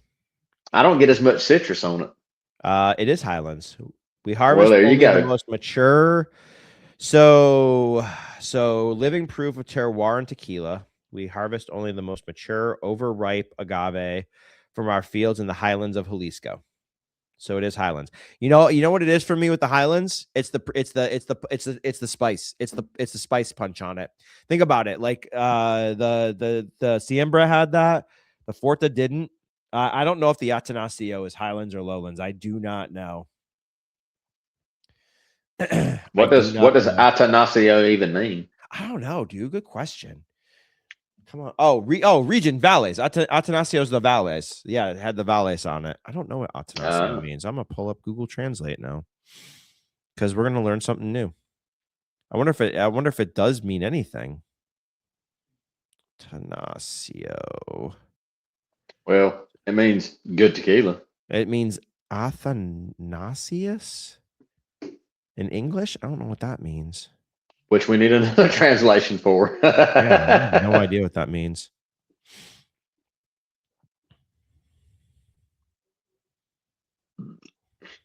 You got me burping. Yeah, that high proof one will do it.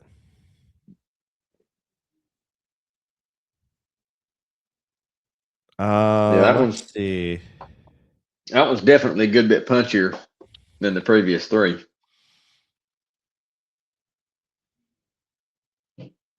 Yeah, it doesn't say. I'll have to do some research on that. I'm not sure. But we went from 80 to 80 to what was the other one? 87? Like almost 88. You're 43.9.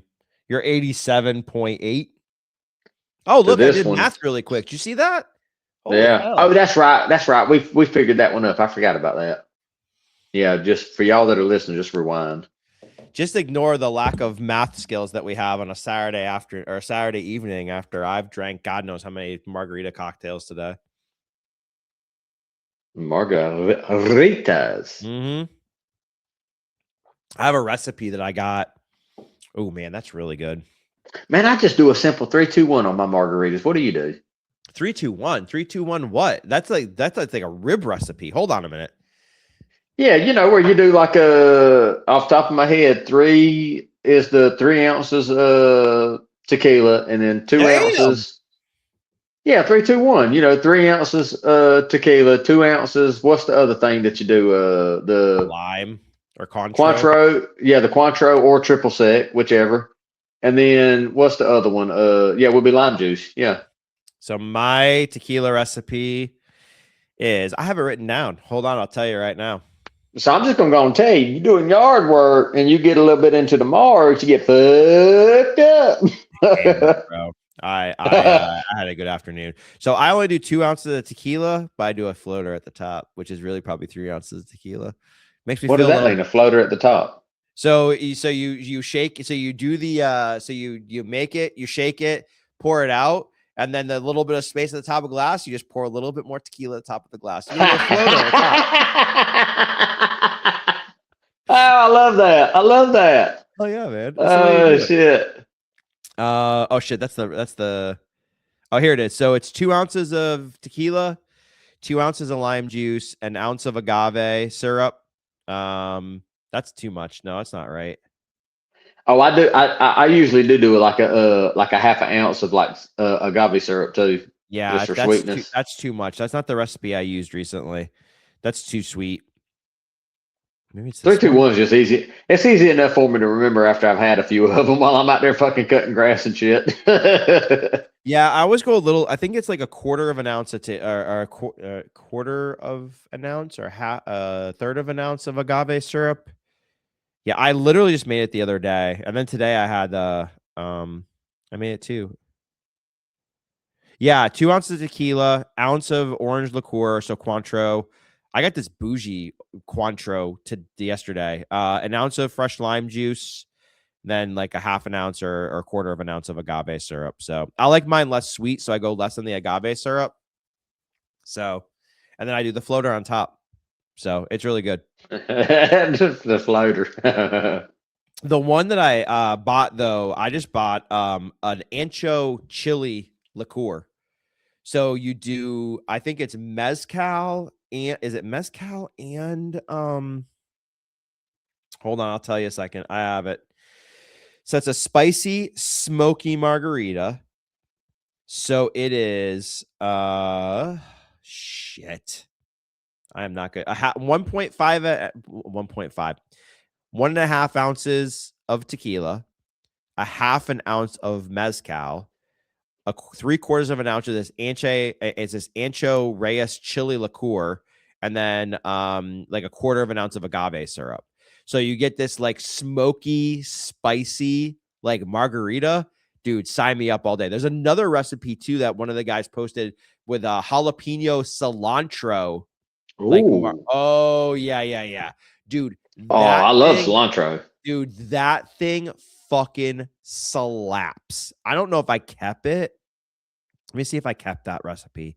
It's on his Instagram. I could go find it. That recipe was absolutely unfucking believable how good it was. I will say this, dude. Despite my best efforts, I mean, I have gotten like spicy agave this and spicy whatever that, and used tahini. And dude, I've tried to make spicy margaritas at home, and there's been a few that I've went out and got. Now, sometimes they missed the mark. Most of the time, I should say they missed the mark. But there's been a few of them. Dude, they're just phenomenal, and I can't replicate it at home. I don't know why, but I just can't replicate it at home. Muddle a few slices of jalapeno and then when you shake it, you'll have the spiciness in it. I think to me though is like I like spicy stuff. I love spicy stuff. So like jalapeno to me don't necessarily equate to spicy. You know what I mean? So it doesn't really, you know, raise me up. You know what I'm saying? It's like, it's okay, I get a little jalapeno on that, but it's not spicy. I want it to be spicy. That's that ancho chili liqueur. I haven't had it. I have not had it yet. So I have not tried it yet, but it's supposedly got a little bit of a punch to it. So it's 40% ABV. Oh shit. Yeah. Dang. Well, that's like I used to tell folks, man.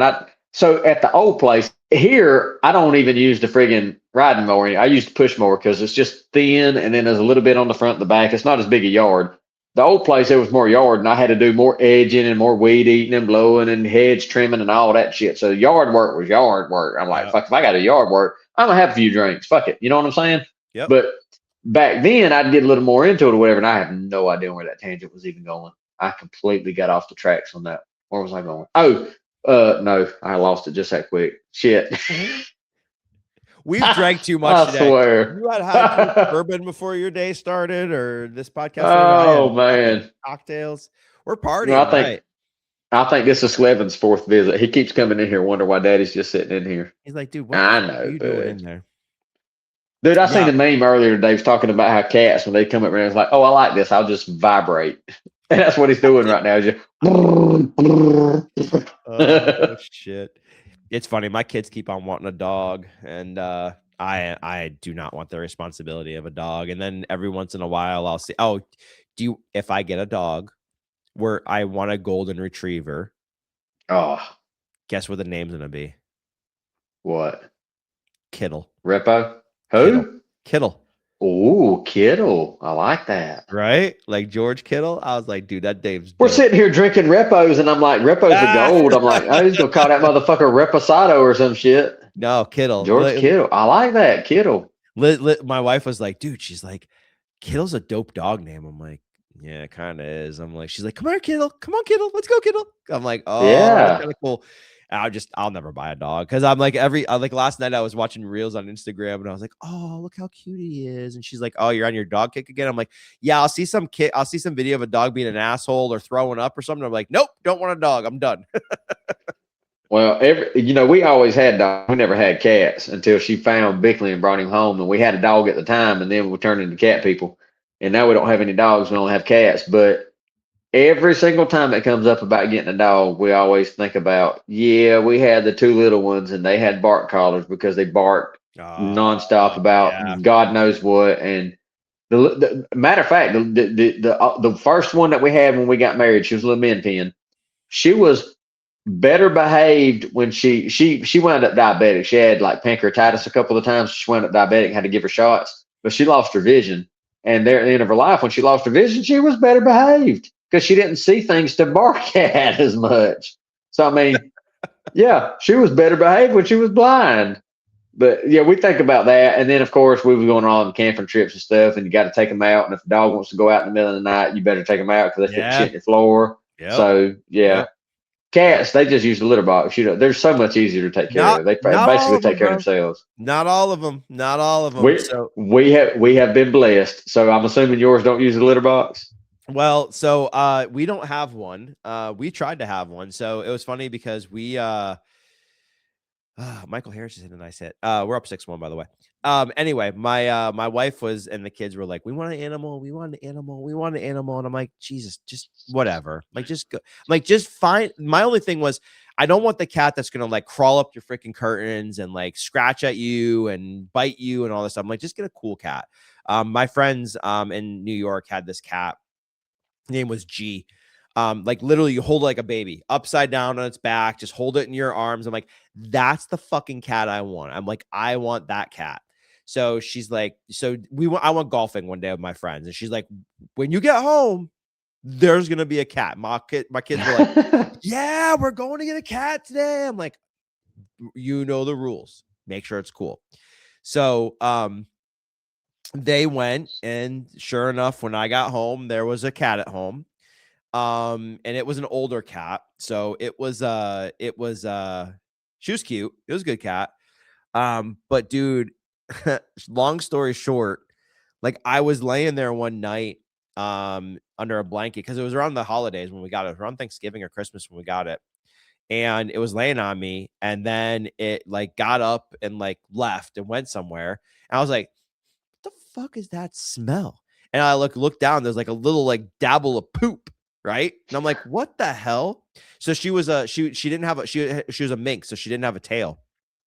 So that then started happening over and over and over. So everywhere she would go, like I would look and she'd have like a piece of poop attached to her butt. So we're trying to chase her around, like wiping the poop off her butt, or like she'd be laying on you and there'd be like poop all over the place. So like what we found out afterwards was she had like kidney disease, which we didn't know. We weren't told about that. They said that minxes sometimes, because they don't have tails, they lose the control of their like ability to like hold it all in. So like she was sitting there and like leaving little droplets of poop like every time she would sit down. Like if we didn't know she had a Klingon, sorry, dear audience, we're talking about this right now, but if you didn't know she had something on her butt, like every time she'd sit down around the house, she's literally putting like a droplet of poop everywhere she goes. So like it would like we would come home and she'd like lay on my kids like, you know, beds, and there'd be like little poop marks all over her bed, all over the beds. And like Liz is like, I can't live like this. She's like, we got a family, we got kids, we can't live in an unhealthy like house like this. They're like, you know, what the hell? Oh, wow. Austin Riley just hit a home run. Holy shit. Anyway, so we ended up taking her back. Liz was beside herself in tears, dude. I mean, I have never seen Liz cry so much in my life. It was hard. But like, we've never seen another pic from the rescue place where we got her from ever again of her. Where previously, before us adopting her, she was all over the place. So I don't know what was wrong with her, dude. So something wasn't right. Like she was not a healthy cat in any way, shape, and form. So now I'm scarred by that. I'm like, I'm just like, I want no animal. I'll look at them and be like, oh, I want a dog or I want a cat. No, I'm just like, hell no. So that was tough, man. Cause she was a cool cat. She would just chill out and be dope. But like, she had that issue. And it was funny. The day that Liz took her back, this is going to sound really weird, but I put a headlamp on and I like literally crawled on my hands and knees, like around like the house, like the floor of like the living room and stuff like that. And like the couch, dude, I can't tell you the number of little poop, like little poop things that I never saw before. And we were washing. We had blankets on everything. We had like throws on everything. We had like fleece blankets on everything. Everything was covered with a blanket.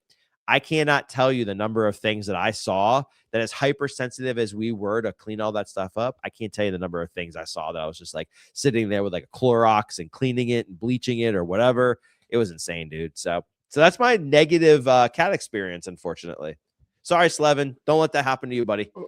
Well, like I was telling you before, Bickley that was our introduction to cats. We never had any cat. Neither one of us grew up with cats, had a cat. So that was our introduction to cats. And he wasn't no bigger than my daggum hand. I mean, he was tiny. And he's the standard that all other cats will be held to. And it's not fair to them because, dude, I'm telling you, man, he's weird about water. Like when we first got him, we never had cats. We used to always ask people like, do cats do this? Do cats do that? And they're like, no, cats don't do that. Like, our cat does. Like, all he knew was us and the dog that we had at the time. So like he walked on the leash because the dog walked on the leash, and he's Crazy. Weird about water. He don't mind his feet getting wet. He paws. So now the shower upstairs, I get in the shower. He loves getting in the tub. When you get out of the tub, he gets in the tub. He likes he loves the water dripping down. and he loves to lick the water wherever it is. And he literally sits there and paws at the glass door of the shower, waiting on me to get out. He just, I mean, every single time I get in, it doesn't matter what time of day it is, if it's first thing in the morning or if it's later in the day, he just wants to get in the shower. And if I turn it on and I leave the door open, he goes in there when the shower's on. That's crazy. He's just, really? He's not like, we told everybody when we first got, was like, we think our cat's defective. We don't think he's a cat, which I don't think he knew he was a cat. I really genuinely don't think he knew he was a cat until we got Slevin. And this is the thing. We found Bickley on the side of the road. She found him one day coming home, like just the way the cat distribution system works. And then Slevin showed up on our porch. Like we didn't go out and seek either one of these. We didn't ask for them. It's just the way it happened. And that's why, like, I tell people all the time, they're like, well, we got some kittens. I'm like, no, because as soon as we take one from you, then one's going to show up on our porch. One's going to show up down the road from the house. Yep. Somehow the cat distribution system is going to give one to us. And I'm like, I'm just waiting for that to happen again. You know what I mean? Because if one shows up out there in the yard or something like that, that's what we did. That's what we did with Slevin. He was on the porch one morning when I walked out, and I was like, there's something moving out here. And I looked down and I was like, that's a daggum cat. That's a kitten. I'm like, well, I guess if he stays, we'll feed him. He stayed. A few days later, we fed him. And then now the daggum joker been living in the house with us and got it made. I'm talking about got it made. These jokers live like princes. That's what I told Liz. I said, if we ever find one or if we ever get one, it's going to be a one that I find. I said, because it's just like, you know, I don't know. It's yeah. At that point, I feel like it's meant to be. Like if you find one on the side of the road or if it ends up on your doorstep or something like that. But I'm also this age of my life and I've never had that happen. I've never seen a cat like on the side of the road. No kittens ever wandered up to my porch. So like, I don't anticipate that happening. But like, I told her, I said, if that ever happens, like if we're driving down the road and there's a kitten on the side of the road, and you're like, oh my God, a kitten. Like, if we stop and get it, like it's coming home with us. Like that's just the end of the story. So, but it has never happened. So watch tomorrow. It's going to end up happening. Well, I'll tell you this. She called me. It was dark. And she said, all I could hear was squeaking. And all I thought was that's like something wrong with the motor or that's the wipers. Like, what is going on here? And she's like, it'll die. And I'm like, what are you talking about? What's going to die? She's like, if I don't get it, it'll die. There's no way it's going to live. And I'm like, I don't understand what you're talking about. I thought she was in a car wreck or something. And she was like, no, it's a kitten. And I'm like, what the hell are we going to do with a kitten? What are you going to bring it home for? And she's like, but babe, it'll die if I don't bring it home. It'll die. I can't leave it out here. And I'm like, bring that son bitch home then. We'll find something to do with it.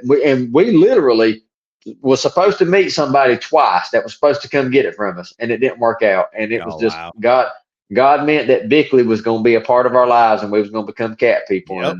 Yep. And I told him, I said, buddy, it ain't fair to all the other cats because I'm telling you, Bickley is so like when we got him, he went everywhere with all our little camping trips. The only thing that really got him was whenever we went to, are you familiar with Driftwood Beach, Jekyll Island? Yeah. Where all the, we were going there and a dude come running out and the dude running out scared the shit out of him and he scratched the shit out of Angela's chest because she was holding him. But other than that, man, he went everywhere with us, dude. He's been around. He was always like, dude, you go into a Home Depot with a cat on the leash, trust me. That everybody wants to come see the cat on the leash in the Home Depot. So he's used to all the noises, all the people, all the sounds, all of that stuff, you know. And Slevin's the exact opposite. Like they are antithesis personalities, you know. But it's just one of them things. Just works out the way it works out. And like I say, we didn't go seek for either one of them. We didn't search them out. It's the way the cat distribution system worked. I guess we're meant to be cat people. And it's like I told somebody at work the other day, I would do some abhorrent shit if somebody threatens my cats. Like I'm a good person. Yeah. But yeah, it can get very dark when it comes to, exactly. Yeah. I completely get that. It's your kids, man. I get that. My friends in Orlando have dogs and they don't have kids. And they're like, these are my kids. I'm like, get it. Yeah. Hey, dude, I can't remember a time when I didn't have a dog. Like I grew up with dogs, like, and so did my wife. So both of us, we're like dog people. I'm telling you, man, if a dog comes up to one of our cats, we're walking around on a leash, off leash, and it's aggressive, I'm sorry. That's all I can say. That's all I can say. I'm sorry. You gotta take care of your You know family, what I mean? man. Yeah, it's your family. That's what I'm saying. Yep. It's your family. And never would I have ever, like in high school, dude. I had a couple of buddies. They were twins. They had a cat. They lived with their granny, and like that cat would come in there. I'd crash on their couch, and that cat would come in there and like do the whole kneading thing on the cover on my. Never had a cat before. I was like, what is this crazy ass thing? He'd always slept with me when I'd crash on the couch. He'd come in there and sleep on the couch with me. Like they named it Milkford. I'm like, Milford's a cool ass cat. Like, it's the only cat I ever knew though. I'm like, Milford's a cool ass cat. You know what I'm saying? And never knew I would grow up to actually like live with cats and be a cat person. I have litter boxes in the house and shit. Like, actually have the litter robots and shit. Like, do it from the app where it tells you when it goes off and shit. Really? Is it cool? Oh yeah. Oh, that's dope. I've never told you, dude. If you ever do actually have a cat in your house, trust me, litter robot is worth its weight in absolute gold, bro. It is. I'm telling you, dude. Since we've got that, we got the first one when we moved to the new house, and I got one for upstairs too. Slevin is the only one that uses the one upstairs. Bickley refuses to use the. I don't know why. He's weird. He won't use the one upstairs. He only uses the one downstairs. But I haven't scooped the litter box since we've got them. I mean, you just take the bag, you tie it up, take it out, put another bag in there. It tells you when the litter's low. It tells you if there's any problems with it. It tracks their weight and stuff like that. Yeah. That's cool. Worth its weight in absolute gold, dude. I heard it's fantastic. I heard nothing but good things about it. And when we got that cat, we had like a litter box downstairs, and then like those things accidents started happening. And I'm like, well, maybe it needs a litter box. You start Googling everything. And then they're like, hey, if you live in a 2-story house, you should have one upstairs and one downstairs. I'm like, all right, can we get another litter box for upstairs? And we started looking at those things, and I'm not ready to invest in one of these yet. Like, let's make sure this cat's going to stay here for a little bit before we do that.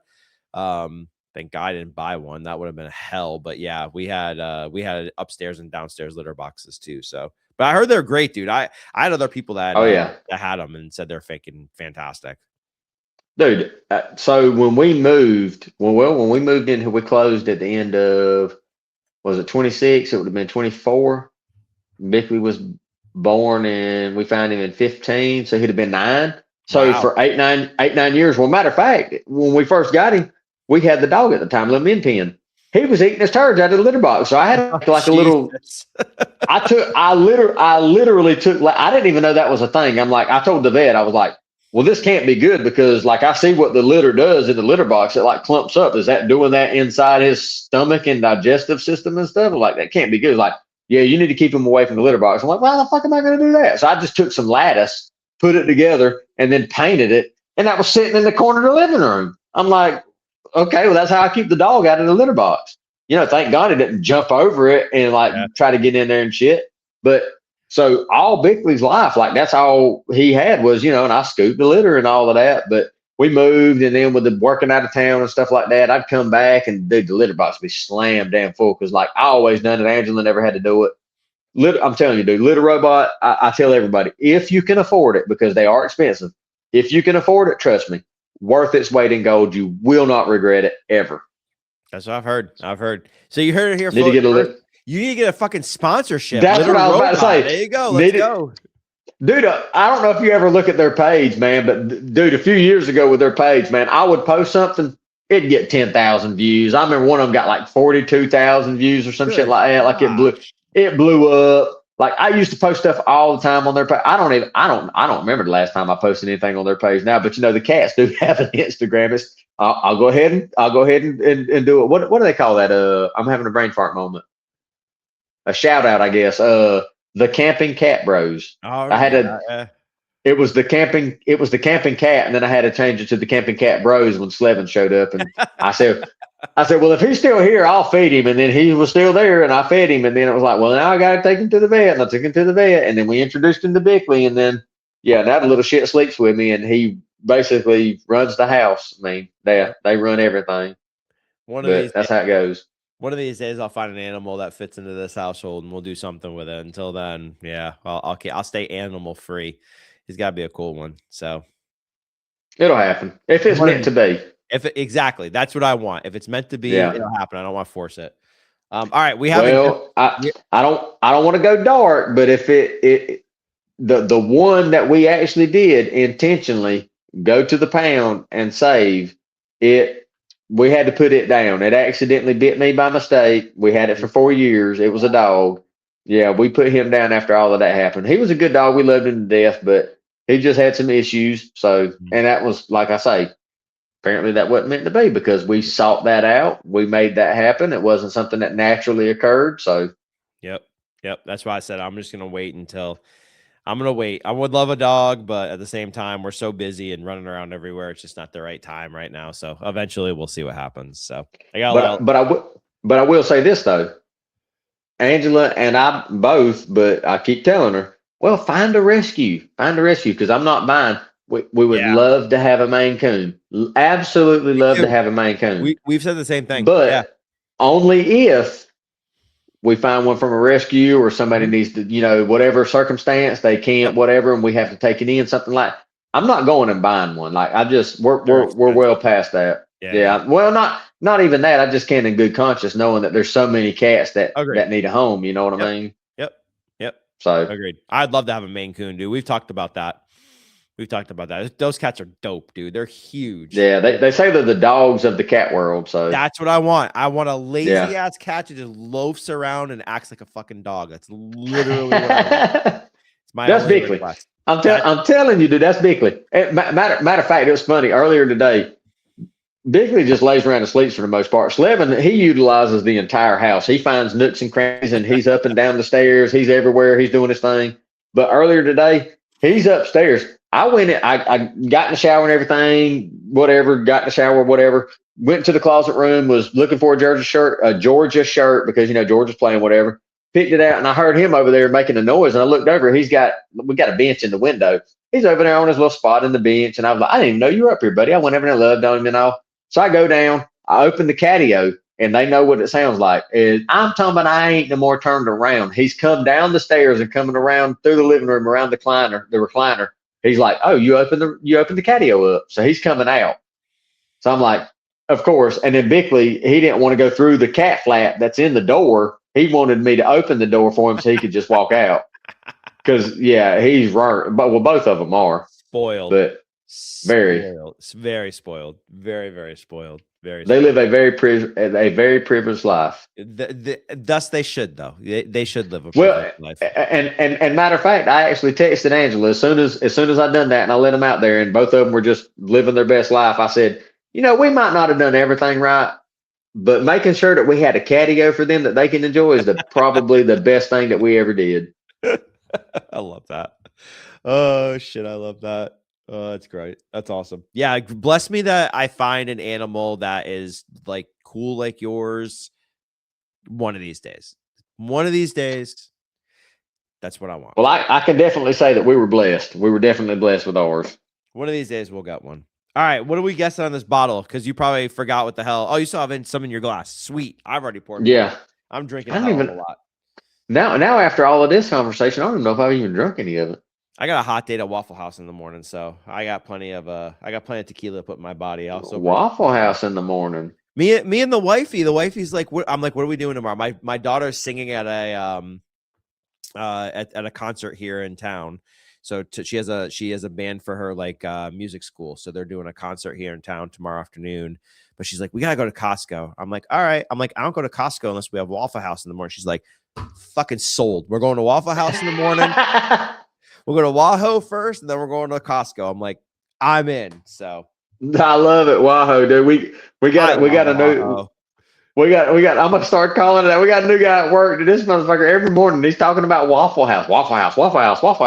He eats like a fucking horse. He ain't no damn bigger than me, man. He's a tiny little shit. He's like 25, 26. I'm like, Wahoo, dude. I cannot wait till Monday morning now. Wahoo. I'm gonna start calling it Wahoo. Dude, it's the most. Listen, I love breakfast.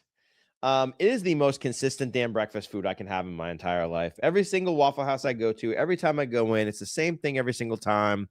I love it, dude.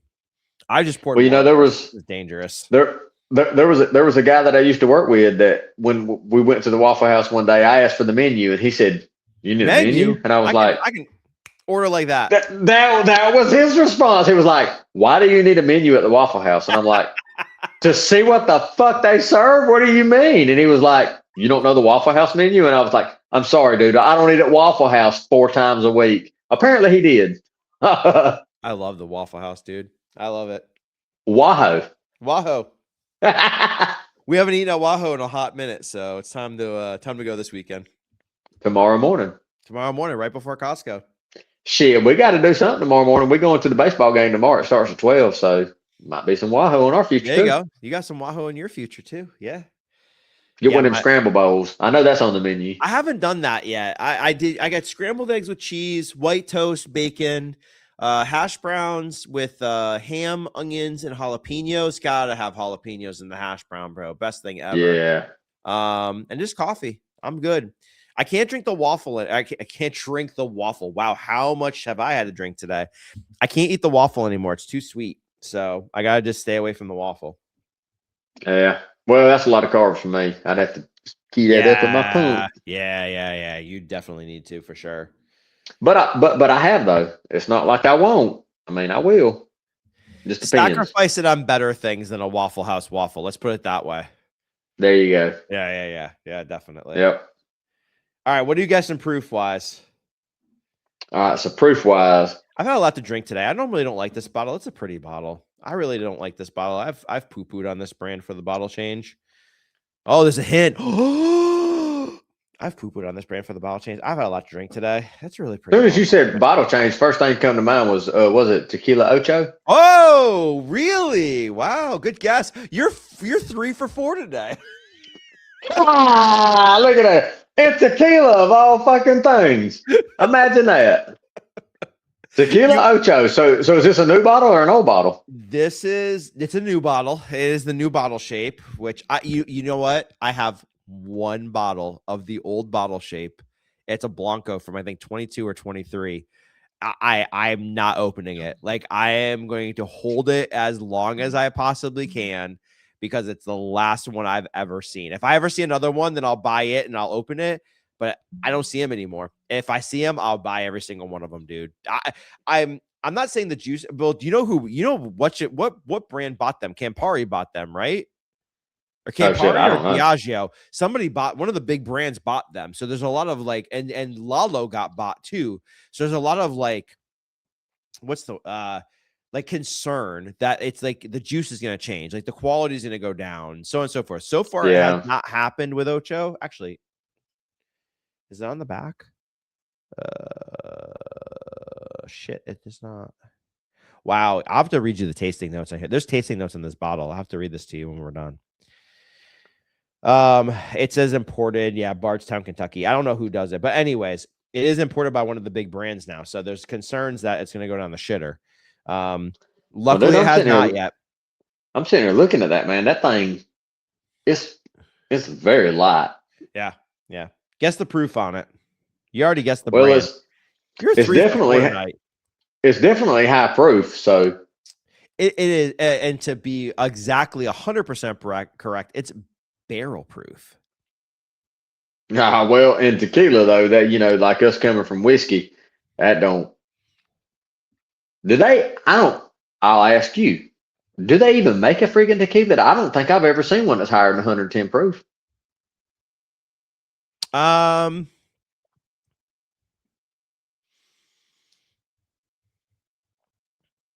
trying to think. And they'll call that still strength. Us coming from whiskey, we see shit all the time. That's 120s, 130s, 140s even.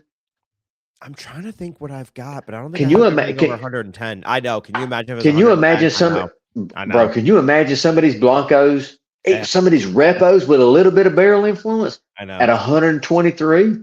Yeah. Bruh. It would be nuts. I know. Bruh. Take my fucking money, man. Like, what are we doing? But at the same time, though, like I hear you, but I think one of the things with a lot of this stuff is the water that they use. So like Cascanes uses that spring water that they have to truck in. Like I've literally saw videos of I'm driving a fucking truck, collecting it all, and then driving it back to the distillery. So the water that they use to bring it down, I think that adds a lot of the flavor into. I don't want to say the flavor, right? But it does impact it. Where are they getting the water? Spring water, well water, whatever. So I wonder. I really wonder like what it would be I wonder if they can even get it off the still that high. Like, I'm even wondering if they can get it off the still, because still strength, you wouldn't add water to it, correct? So I wonder, like, if you off the still, like if it even comes off at 120 proof. I don't know. I have to do. You know what? I need to do some research on that. Yeah, because coming from whiskey, it's like what they call cask strength or barrel proof, full proof. We all know full proof has that caveat of it's not like like it just comes straight out of the barrel. It's what they put it in the barrel as. So I don't know with tequila. I don't know what that would be. I don't know if they have those same restrictions. So the highest proof tequila you can buy is 110, often referred to as still strength. 110 proof examples, notable high proof options: Tapatio 110, Don Fulano Fuerte. Don Fulano Fuerte is fantastic. I have both of those. Calle 23 Via. I have not seen a Calle 23 Via. And G4. G4 is 110. They do not make 120. 120 proof tequila does not exist as a commercially available regulated product. According to industry experts and regulations, the highest legal alcohol content for retail tequila is 55 ABV. So it might be a CRT thing or a legal thing that you can't do it. It's interesting. Well, I've got a few that are 110, but nothing higher than that. The Pasote still strength. I have this bottle. I haven't opened it yet. Is it 100? Is it 110? It is. Does not say. Sure. Thanks. Appreciate that. Anyway. So this is Ocho Tequila. This is Ocho Tequila. Is it the one that they call the Platas whatever, where they do it by the field that it come from? Yeah, this field is from Las Rice. Yeah. Oof, Colin. Las Raíces, the Raices. I'm struggling with that word today. Raíces. I'm struggling with that word today. Is that the same thing that they call the other spirit that's similar to tequila? No, that's you're thinking of Ricea, which I have a bottle of Ricea. I have a bottle of Ricea and a couple of bottles of Sotol. I'll have to send those to you. So the Sotol is like, dude, the Sotol is like literally drinking liquid red clay and earth, dude. It is the craziest, coolest fucking thing I've ever drank. I love it, dude. It's really unique. It is really unique. All right, you got proof guess? I'm going to guess 102. Oh, Jesus, dude. It's 101. Holy shit. Good job, buddy. 101. There you go. 50.5. 50.5. So it's the barrel proof repo from Tequila Ocho. Barrel proof? Does it say barrel proof on there? Oh, shit. Barrel proof. How about that? I have a bottle of that Ocho Tequila. It's over there where I can't freaking see it. No, it's right there. You're the Puntas, the green label one? Yeah, it's like a turquoise colored label one. Yeah, that shit drinks hot, dude. Whoo! Have you had it? I got a bottle sitting right yonder, and I've opened it, but that's probably been a minute since I opened it. It drinks 10 times hotter than this shit does. I want to say that one. I want to say that one's 110. It might be. I have a bottle of it too. Let me go get that son. Hold on, I'll be right back. Everybody pause.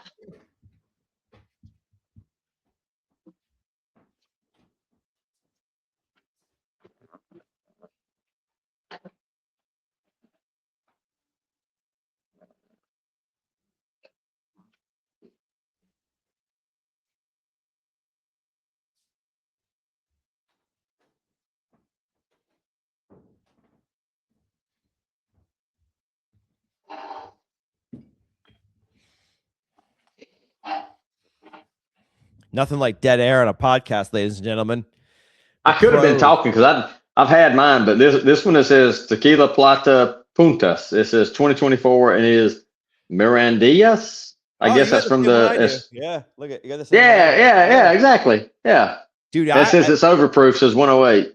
I haven't had this in a while. This shit was hot as fuck. Shit. I'm about to pour this shit. I'm about to drink. That's what That's what I was about to say. I don't have it. I got a fucking glass sitting over here. I'll use. Maker's Mark was in it at one point. It's a Maker's Mark glass, but damn, I'm gonna zonk out tonight. Wahoo's gonna be amazing in the morning, dude. I went all week and oh, dude. Did you already pour it? You're Oh, fast. yeah. How many glasses do you have? I have one. I gotta wash out, clean it. Well, I had one sitting right over here in my little Maker's Mark area, right here with my Maker's Mark barrel head. Maker's Mark. So you have the same one I do. You have 2024 on yours? Yeah, 2024 Mirandillas. Yeah. Overproof 108. 108. This thing will punch you in the face. If I remember right, this thing was peppery and spicy as fuck, bro. As soon as I sipped it, you were saying that. Yep. 100%. It sure is. Man, that agave, holy shit. Yeah, and if you can tell on my bottle, there ain't very much gone in it. So I probably only had a couple of pours out of it. I remember I got that one. Third? I got that one early on whenever I was starting to get more tequilas. And so there probably ain't very many of them that's had very many pours out of them because I've been trying different ones here and there. So no one bottle's been focused on, you know. The nose on that is wild, dude. It is so pungent. Yeah, God, which makes me, I'm sure if you look this up, this would, well, does it tell you if it's a Highland or Lowland? It's all Highlands. Cacao spiciness, butterscotch, and a long creamy finish. It is creamy. Salted chocolate. Carlos Camarena. I see that name an awful lot too. Yeah. Yep. For the master distiller. Yeah, that says imported by Ocho's. I don't know what the fuck that word is. Bardstown. Oh, you know what? I think the Repo's punchier than that. You know what? I think the Repo's spicier than that. I think it's got more. I think you taste more of the. Oh, wow. That's crazy. Because I always thought that this Puntas was hot as shit. I think that. And the Repo's at 102? I think the Repo drinks hotter than that. Yeah. Yeah. That's muted to me. Let me pour some more of that. That's crazy. For science, right? You know what? For me, the spiciness is on the back palate. Where on the Repo, it's on the front and the mid. Yeah, the tasting notes on the damn Repo, dude. It's like a freaking. The tasting notes on just the nose, cacao, milk chocolate, graphite, apples and cinnamon, prunes, red fruit, cardamom, sandal, tobacco, leather, and pink pepper. Pink pepper. Palate, coffee, cacao, tobacco, cooked agave, and candied apples, rosemary, and smoky cinnamon. Long aftertaste. God dang. I don't get any rosemary. I love rosemary. I'm just going to go on a limb here and say that I think people make some of that shit up. I'm just going to make it all up too. What the fuck is pink pepper? I don't know. I'm wondering the same thing you were. I have no idea what the hell pink pepper is. Maybe we should take a trip to Jalisco tequila or Jalisco. I will tell you though. Mexico when we figure out what pink pepper is. Oh, I only got dude, look at that. I've only got like a half of that bottle left. That's like a third actually. Damn. Nosing and drinking them things side by side though, man. That Repo, dude, I gotta way better, right? I be looking for Blancos all the time, man. I gotta start looking for Repos. Yeah, that Repo's killer, right? Yeah, I think the Repo's better than the Puntas. I agree. Puntas. Yeah, what does that mean? I know that means bitch, doesn't it? Doesn't Punta mean bitch? That's puta. That puta. What is that? Podcast where we just went sideways. What is that? No Ian and no S? Just Puta? Yeah, puta. Oh, my bad. My bad. This whole time I'm like, what the fuck are they calling us, bitches? Look at Tequila Ocho got fucking bitches on the label there, puntas. Prefiero el reposado de alta graduación alcohólica antes que blanco de alta graduación. I like the high proof blanco over the high proof. I like the high proof repo over the high proof blanco. But say it like you said earlier, si senor. Si senor. Yeah, I like the repo more, man. And I think thought I do too. I thought the puntas drank punchier than this, and it doesn't. I'm a little surprised right now. The nose on the blanco is fucking fantastic. It is agave on top of agave. And mine's in a big open glass too. That's not like a nosing glass. So. Oh, okay. So you're not even in the Alma glass anymore. And I told myself, go ahead and wash you a couple extra glasses, and I didn't even get any water. Fucking amateur over here. Yeah, you know what's funny? I have not reached for this this Blanco very much because it did drink so hot, and now after drinking the Repo, I'm like, I need to just reach for this Blanco more. It's not that bad.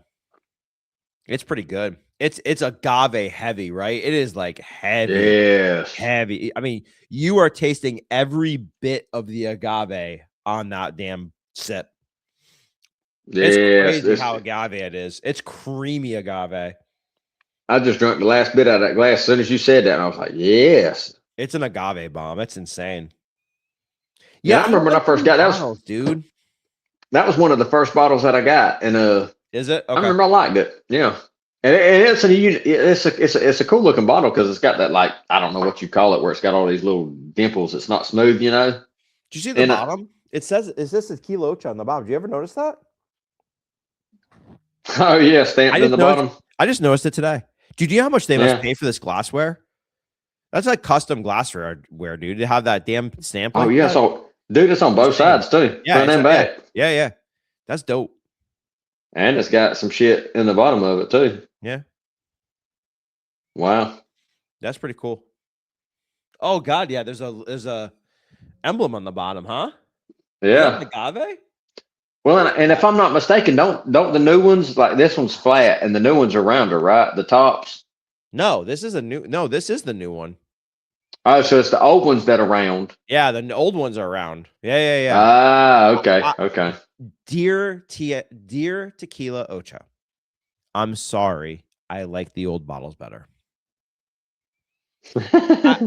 I you know what it is? Actually, I won't even say, it's not the bottle. I like the labels better. It's not you, it's me.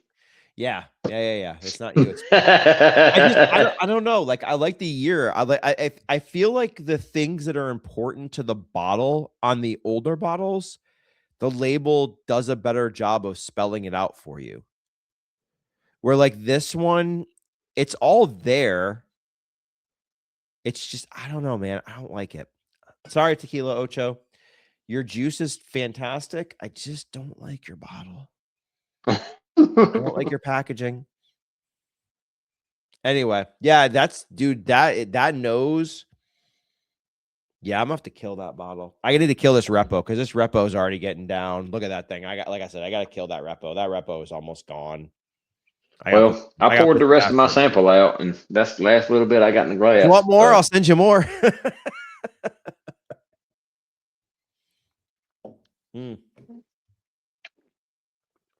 Yeah, it's really good. That Blanco's fantastic. Ooh, I got some pepper on that. I got some like green, like chili pepper on that one. That's a good bottle. Palate, I shouldn't have any pepper on it. It just says butterscotch and a long creamy finish. Cacao spiciness. On the Blanco? Mm-hmm. Yeah, cacao spiciness, butterscotch, and a long creamy finish. There is a long creamy finish. I will say that. It says in other agave spirits, the puntas have long been considered the most coveted part of the distillate. and are traditionally set aside. So that's kind of like what they talk about, like in like regular distillates, like the heart, I guess. Yep. Oh, okay. With friends and family and special occasions. At this strength, we find the highest concentration of flavors while remaining enjoyable to sip and savor neat. Shit, that sounds like that's right up my alley. Yeah, I'm I'd sip simple. savor the shit out of that. Yeah, absolutely. I bet you that's kill. Actually, you know what's funny? I bet you both of those are killer in a fucking margarita. Yeah, I bet you they're killer in a cocktail. Bruh. Period. Yeah. I had always seen where people would talk about, like whatever the cocktail is, it's it's the sum of its parts. So if you use better ingredients, you're gonna have a better cocktail, blah blah blah. And I remember years ago, man, like Barrel sends me stuff, and you get Barrel stuff, and I don't know if you got much Barrel stuff, but dude, Barrel don't miss, man. They just, for whatever reason, they fucking nail it, dude, every time. Like I've never had anything bad I've ever gotten from Barrel. It doesn't matter if it's one of those crazy ass infinite whatever where they just mix shit barrels, whatever, or one of their finishes. They just always nail it. And I took one of their batches. I don't remember what it was back then, probably 32, 33, because it's been years ago. But I took one of their batches and I made several different cocktails with it. Dude, it made so big a friggin' difference from you use like my go-to for like a cocktail with bourbon. It would be like Old Forester signature 100.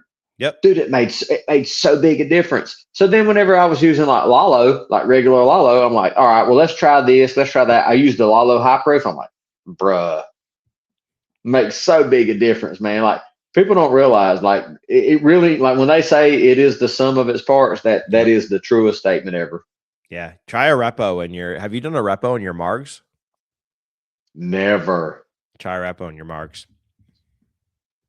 That's going to be Tuesday would be perfect. Tuesday would be the perfect time for that, dude. I'm telling you, dude. I mean, it's funny. When we go out to a restaurant, Liz always orders margaritas, like always.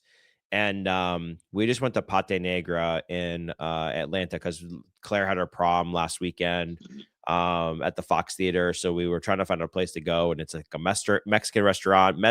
Dude, the mezcal and tequila selections were unbelievable. So we went there, and she got a margarita, and they made it with like activated charcoal. So it like came out black. Like it was like a dark color. It was wild. It was crazy. But they used a repo. Even in Chattanooga, when we go to Little Coyote, they use a repo in their margaritas. So like the repo adds a little bit of barrel influence to it, which I think adds a little bit level of complexity to the actual margarita. Something to try when you get a chance, man. When you make your next marg, make it with a repo and give it a shot. So it's pretty crazy. It's really good. I think it's really good. Hell yeah. Yep. Shit, man. I can't tell you the last time I fired up the slushy machine. That sounds like something next time I fire it up. Dude, you bought that last time we talked. You had just got that slushy machine. You haven't used it? What the hell, man? Well, it's been, well, I don't know if you know, but we've been, until this recent rain, shit, we've been in some crazy droughts. And I come from coming from Southeast Georgia, man. They've had them damn fires down there, dude. It's been brutal, dude. I've been seeing some of the pictures, man. It's just, God, it's so depressing when you see that. Just swaths. Just miles of area just burn up and gone, dude. But they supposedly got some heavy rains here with this last storm that just come through. So, well, I say storm, but it's just a weather system. So I think they said they got like 2 inches of rain dumped on them. So it's perfect timing, dude. It's the best time. And I talked to a buddy from back home that I caught him last week when I was on my way home, and he was actually headed from one fire to another fire. Wow. So, yeah, he does the volunteer firefighting or whatever. And it's like, man, being up here, man, I mean, we hadn't had to deal with it. I mean, it's been dry or whatever, but it's whatever it is, what it is, but we can have to deal with the fires like they have. But, man, that's just unfathomable to even think about, and then dealing with what they've been dealing with. But, yeah. What was we even talking about? How did we even get on that? No, I don't know, but it's dry up here too. And I mean, I've been to South Georgia. I mean, you've lived there, so like you see it every day. But like I've been down to the not the Okefenokee. Oh, it's not far from it. Yeah, it's basic. It's close to it. Well, if you look at the map, you've got one that's basically to the left of the Okefenokee and one that's to the top of the Okefenokee. The one to the top. Yep. The one in Brantley County, it's to the top of the Okefenokee, and the one in Clinch County, it's to the left of the Okefenokee. But it's both of them. Okay. Yeah. And then the Okefenokee is the one that all them years ago, probably at this point, 15 years ago, probably something around in there, 15, 20 years ago. That's the one where the fire started down there. They just couldn't get to it. And it just had to burn itself out, and it just burned and burned and burned and burned and that's burned. What I was saying, because I mean, I've fished that. I fished that area with my brother, and I mean, it's like I don't think anybody realizes like the depth of the vegetation that's down there and how dry it is. So like it's like you can't just walk down a path. It's like you're walking through like straw and weed or whatever the hell the damn stuff is. Like it's like on top of, plus dead trees and everything else. Like so like there's a lot of vegetation down there. There's a lot of fuel for it to burn, basically, is what I'm saying. So that's the bad thing right now is after Helene come through, they got a lot of the debris up that was like interfering with the roadways and such. But like the stuff that was out of sight, out of mind, they ain't dealt with. And that's what's making this so much worse is all of that debris from Helene coming through. Yep. Yeah. I mean, that one fire you told me that's to the north of it. Like we were in Folkston, I think, if I'm not mistaken. So it's not far from Folkston. It's like where the branches off. Yeah. Cause I looked at it the other day and I was like, oh shit, that's not far from like where we branched off of 75, that highway that comes in. And there's one highway that drops down to Folkston. That like that little branch right there is almost where the fire is. So like, it was pretty close to where I've been once or twice in my life. So it was pretty crazy. It's crazy. And I will tell you, after watching video of the wildfire that hit Chattanooga, not Chattanooga, but like the like Pigeon Forge and all that stuff, I seeing the videos of people trying to get off that mountain and do that stuff, like that is one thing I never, ever want to be in my entire life. I've seen a video of it was a homeowner, and they were out there like it was futile, and you could tell it was futile, but you can't blame them because I'd probably be doing the same freaking thing. They were out there with their regular water hose, I was like, man, I just couldn't imagine. I'd rather experience a tornado than having to live through that. Like it is scary. Like I remember watching video of people trying to drive off the mountain, dude. It's scary as hell. I'm like, fire is one of those things that like I will deal with a tornado plowing through anywhere all day. Fire is one of those things that I don't ever want to deal with at all. I'm like, nope. Bro, we're in Middle Georgia in the Macon area, right? So that's down there. If you drive, it's going to take you 2.5 to 3 hours. Traffic depending, 3.5 hours. So basically, let's just say 3 hours away.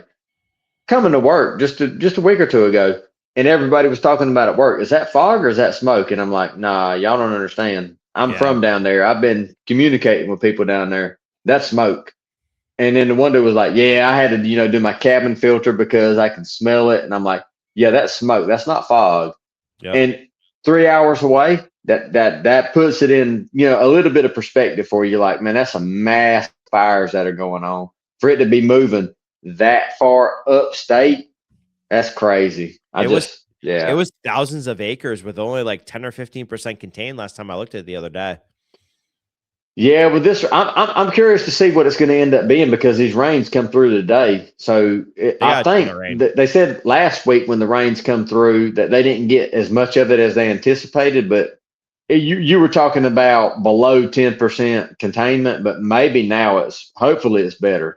But the bad thing is like the Brantley County one I've been hearing is more about not the Clinch County one, but Brantley County, like homes. Like you're talking about 50, 60, homes that are just gone. That's sad. Yeah. It's hard to get to that. That's the other thing about South Georgia too, that people don't understand. It's hard to get to those areas though, because like a lot of the, there's maybe not be roads. If the roads are there, they're not the best roads in the world. It's all the back roads with clay and stuff like that. So like, you got to have the vehicles to get to what you're getting to, right? So it's not the easiest thing to get to, and you got to drive miles and miles and miles off of a main road. So it's not like you can just hook up to a fire hydrant and run a damn hose to that shit either, you know? Well, So, and they'll cut what they call a fire break, but then once the fires, once it's going, it creates its own.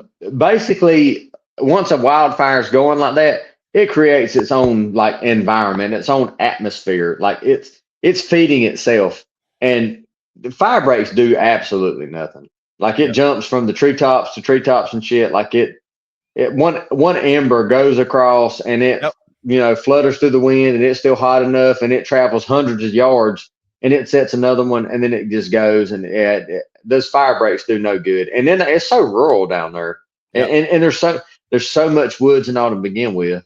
Yep. Yeah, it's a terrible situation, man. Yeah. And I know we're recording this, probably going to be published and everything, but I seen something earlier today that the Georgia Emergency Management Association, whatever, that there's actually something going on with people being fired because they covered fires in homes when they weren't supposed to, that they were supposed to let them go. And I'm like, man, politics are getting involved with that. And you're talking about people's homes, people's livelihoods. Yeah. You know what I'm talking about? I'm like, man, why politics coming into that? That's a bunch of bullshit. That shit'll piss you off. Yeah. But you gotta take care of the people. I mean, that's what I'm saying. For anybody that's not seen South Georgia, it is a completely different environment that you've never seen before, and I don't care where you've lived. I drive to through South Georgia, and just wowed by how different it is down there. So like it's like nothing. Honestly, it's like no environment you've ever seen before. So and that's why it makes it hard to control these things, to maintain them, to put them out, whatever. Like we were talking about, like, I mean, you drive. I remember driving off a main road just to get to the swamp. I mean, you're driving on a dirt dam road with no fire hydrants. There's limited electricity. I don't even know. I wonder if there's even internet, to be honest with you. Bro, as soon as you said folks, and I was miles. like, yep. Yeah. It's just, I mean, you're a straight direction, like miles. So, I mean, and even if you look at a map, the one thing that I realized when I did look at the map, right? You look at a map, you're like, oh, it's not far. Dude, that road is miles and miles and miles and miles long. It's a completely different world. And I keep telling everybody too, it's like the state of Georgia, it's so different how, like, even that area to where you're at and in the Macon area to even where I'm at north of Atlanta, the entire state of Georgia. So over to the coast, right? Even is over to the coast. You're not that far. You look at a map, you're like, oh, Folkestone Coast. You're like, oh, it's pretty cool. It must be pretty close. Must be the same. Wildly different climates, wildly different environments. It is unbelievable. So it's a unique state for sure to live in. Absolutely. Yeah. It's just, I just hope, like I say, man, I just hope, in the morning I wake up and look through the stuff and see where they said that, this much rain come through, and now the fires contain this many more percent and this, that, the other, because it's a terrible situation. Yep. I think it's supposed to rain more this week. They said, I think later, like in the week towards Saturday or Thursday or Saturday. So hopefully hopefully it continues to rain to help them out, because it's not an easy situation at all, to be honest with you. No, and the craziest thing is I think I seen something that said that they think that the initial fire started from a friggin' balloon hitting a friggin' power line. Of all things, it's like, what kind of balloon? Like a helium balloon, like a person's balloon, or like a hot air balloon? It would have had to have been a helium balloon. I'm assuming. I don't click on a lot of that shit, but I'm assuming it would have had to have been a helium balloon. It floating up and it hit the power lines and caused a spark. Because years ago, the same thing happened. Something caused a spark on one of those transmission lines, and they spray that stuff out on the transmission lines that retards the growth, but there's still growth. And as dry as it's been, I mean, it don't matter. Dude. Until this recent rain, it doesn't matter how green it is; it's still dry. So the slightest little thing is going to cause a spark, and it's going to. And that's something we always worry about. Generators on trailers and stuff like that. Does it have a spark arrestor? Because if it doesn't have and that's a safety thing that went out too. Is like, don't leave your vehicle running, don't leave any equipment running unless you have to, and if you do, be cautious of it. It's dry right now. We're in drought conditions. You have to be cautious of stuff like that because, I mean, Lord forbid, I mean, something like that start up, and then next thing you know, I don't know, the last number I seen was like 30 or 40 something thousand acres. And it's like, that's it. I can't even conceive of that. I don't even know what that means. Yep. It's a lot. Yeah, that's just crazy. Yeah, it really, really is. And then you start talking about, 60, 70,000 or 60, 70 homes. Yep. It's like, man, that's just. It's people's livelihoods. Yeah. Man. That sucks. That's really and the thing is, you think, oh, they got insurance take care of it. Yeah, talk to the people about whenever the hurricane come through. They'll tell you about that. Yep. Yeah. But they might not have the insurance that covers their homes from the fire. That's the other thing too, right? So yeah, that too. Yep. Yeah, it's a shitty situation, man. I hope. And anytime anything with insurance, they're always trying to find a way to weasel out of it. So fuck you every single way that you. I wasn't gonna say it, but you said it. But yeah, that's basically what they do. Yeah, it's ridiculous, man. They essentially say bend over and take it. Pretty much. Yeah. Yep. Yeah. It's ridiculous. We're not going down that rabbit hole. So, anyway, hey, tequila was fun tonight, buddy. Yeah, dude, I'm sitting here looking at. Well, I will say this because we went down the rabbit hole with the tequila ocho.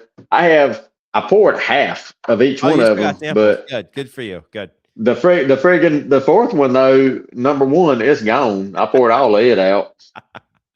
Which one was that? Number one was it the Ocho barrel proof or was it the Fortaleza?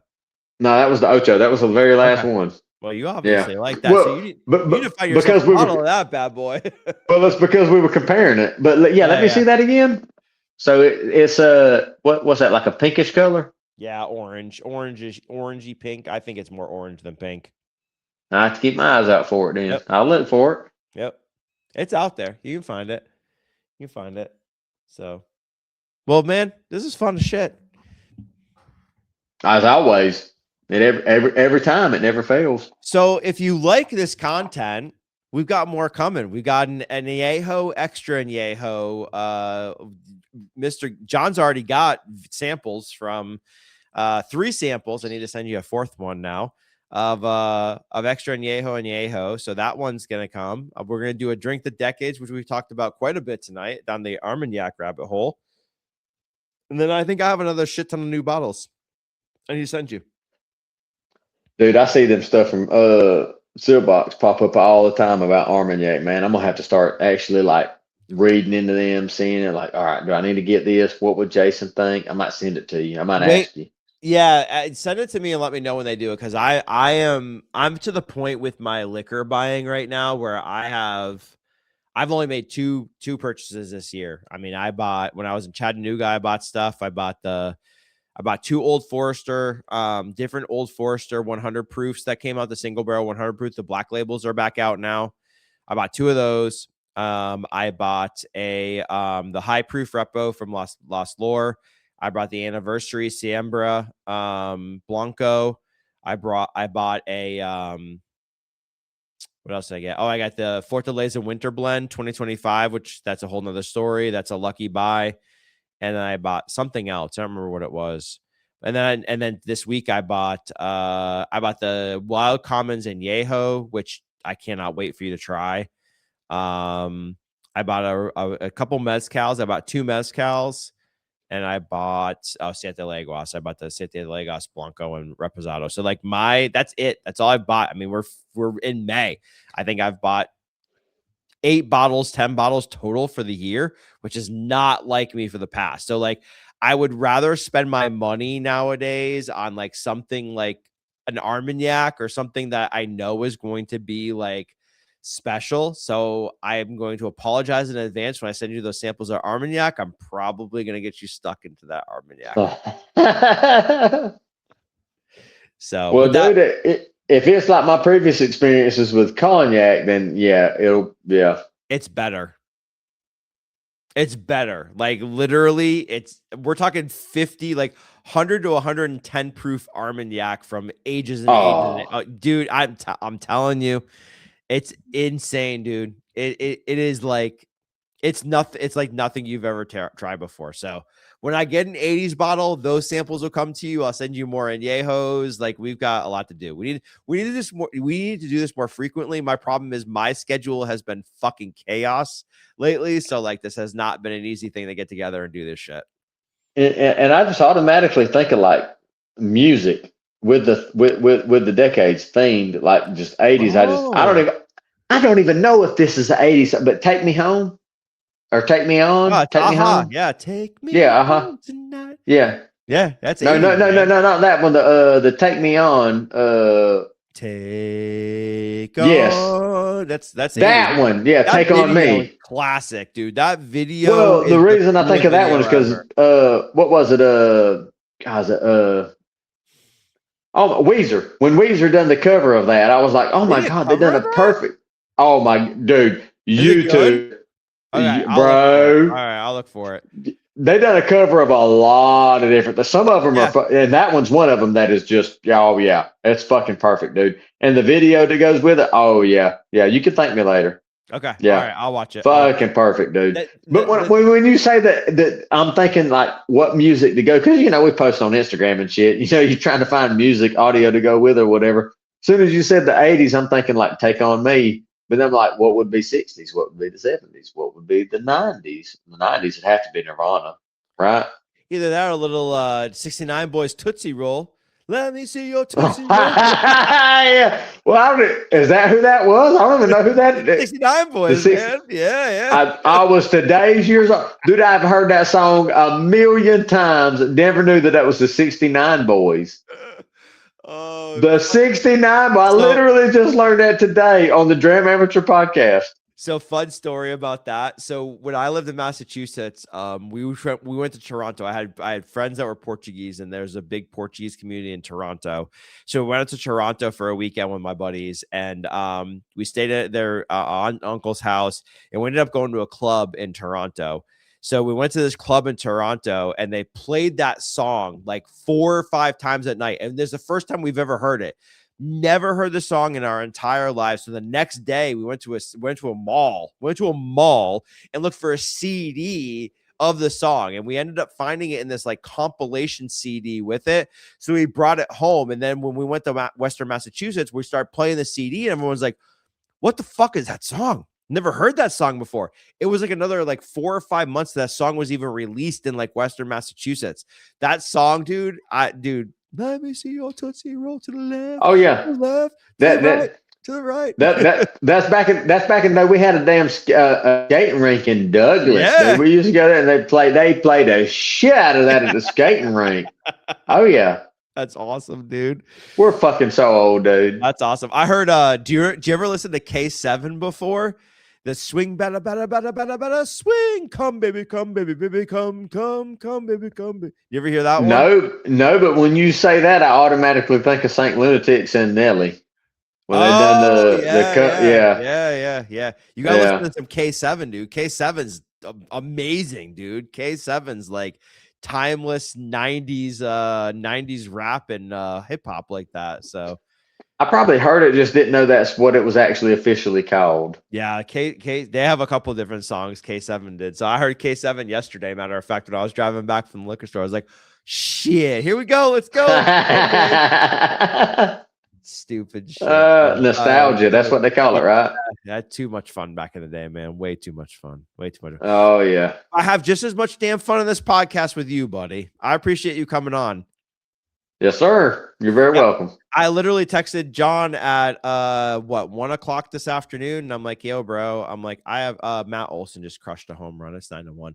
And I texted John. I'm like, "Hey, I had plans tonight that fell through. You want to get together and drink?" He's like, "Abso-fucking-lutely. Let's go." He's like, "No, I'm sorry. You said I have a Georgia baseball game at 2. After that, I'm good." I'm like, "Sweet, we're good." I love your passion for the dogs, man. You got to cheer the dogs on. I appreciate that. If the Niners were on, I'd be like, we're not drinking till the Niners game is over. So I appreciate that.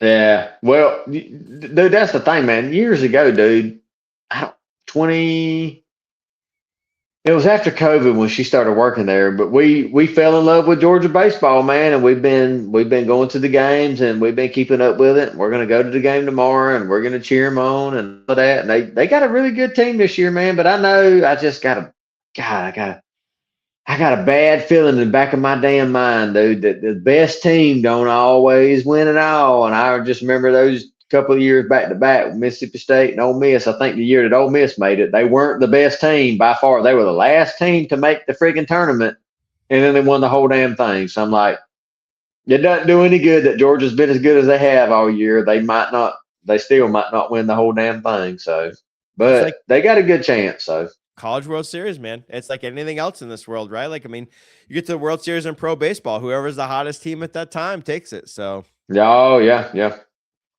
Yeah, I've been saying that for years, man. It doesn't matter who does the best through the regular season. That's what always separated.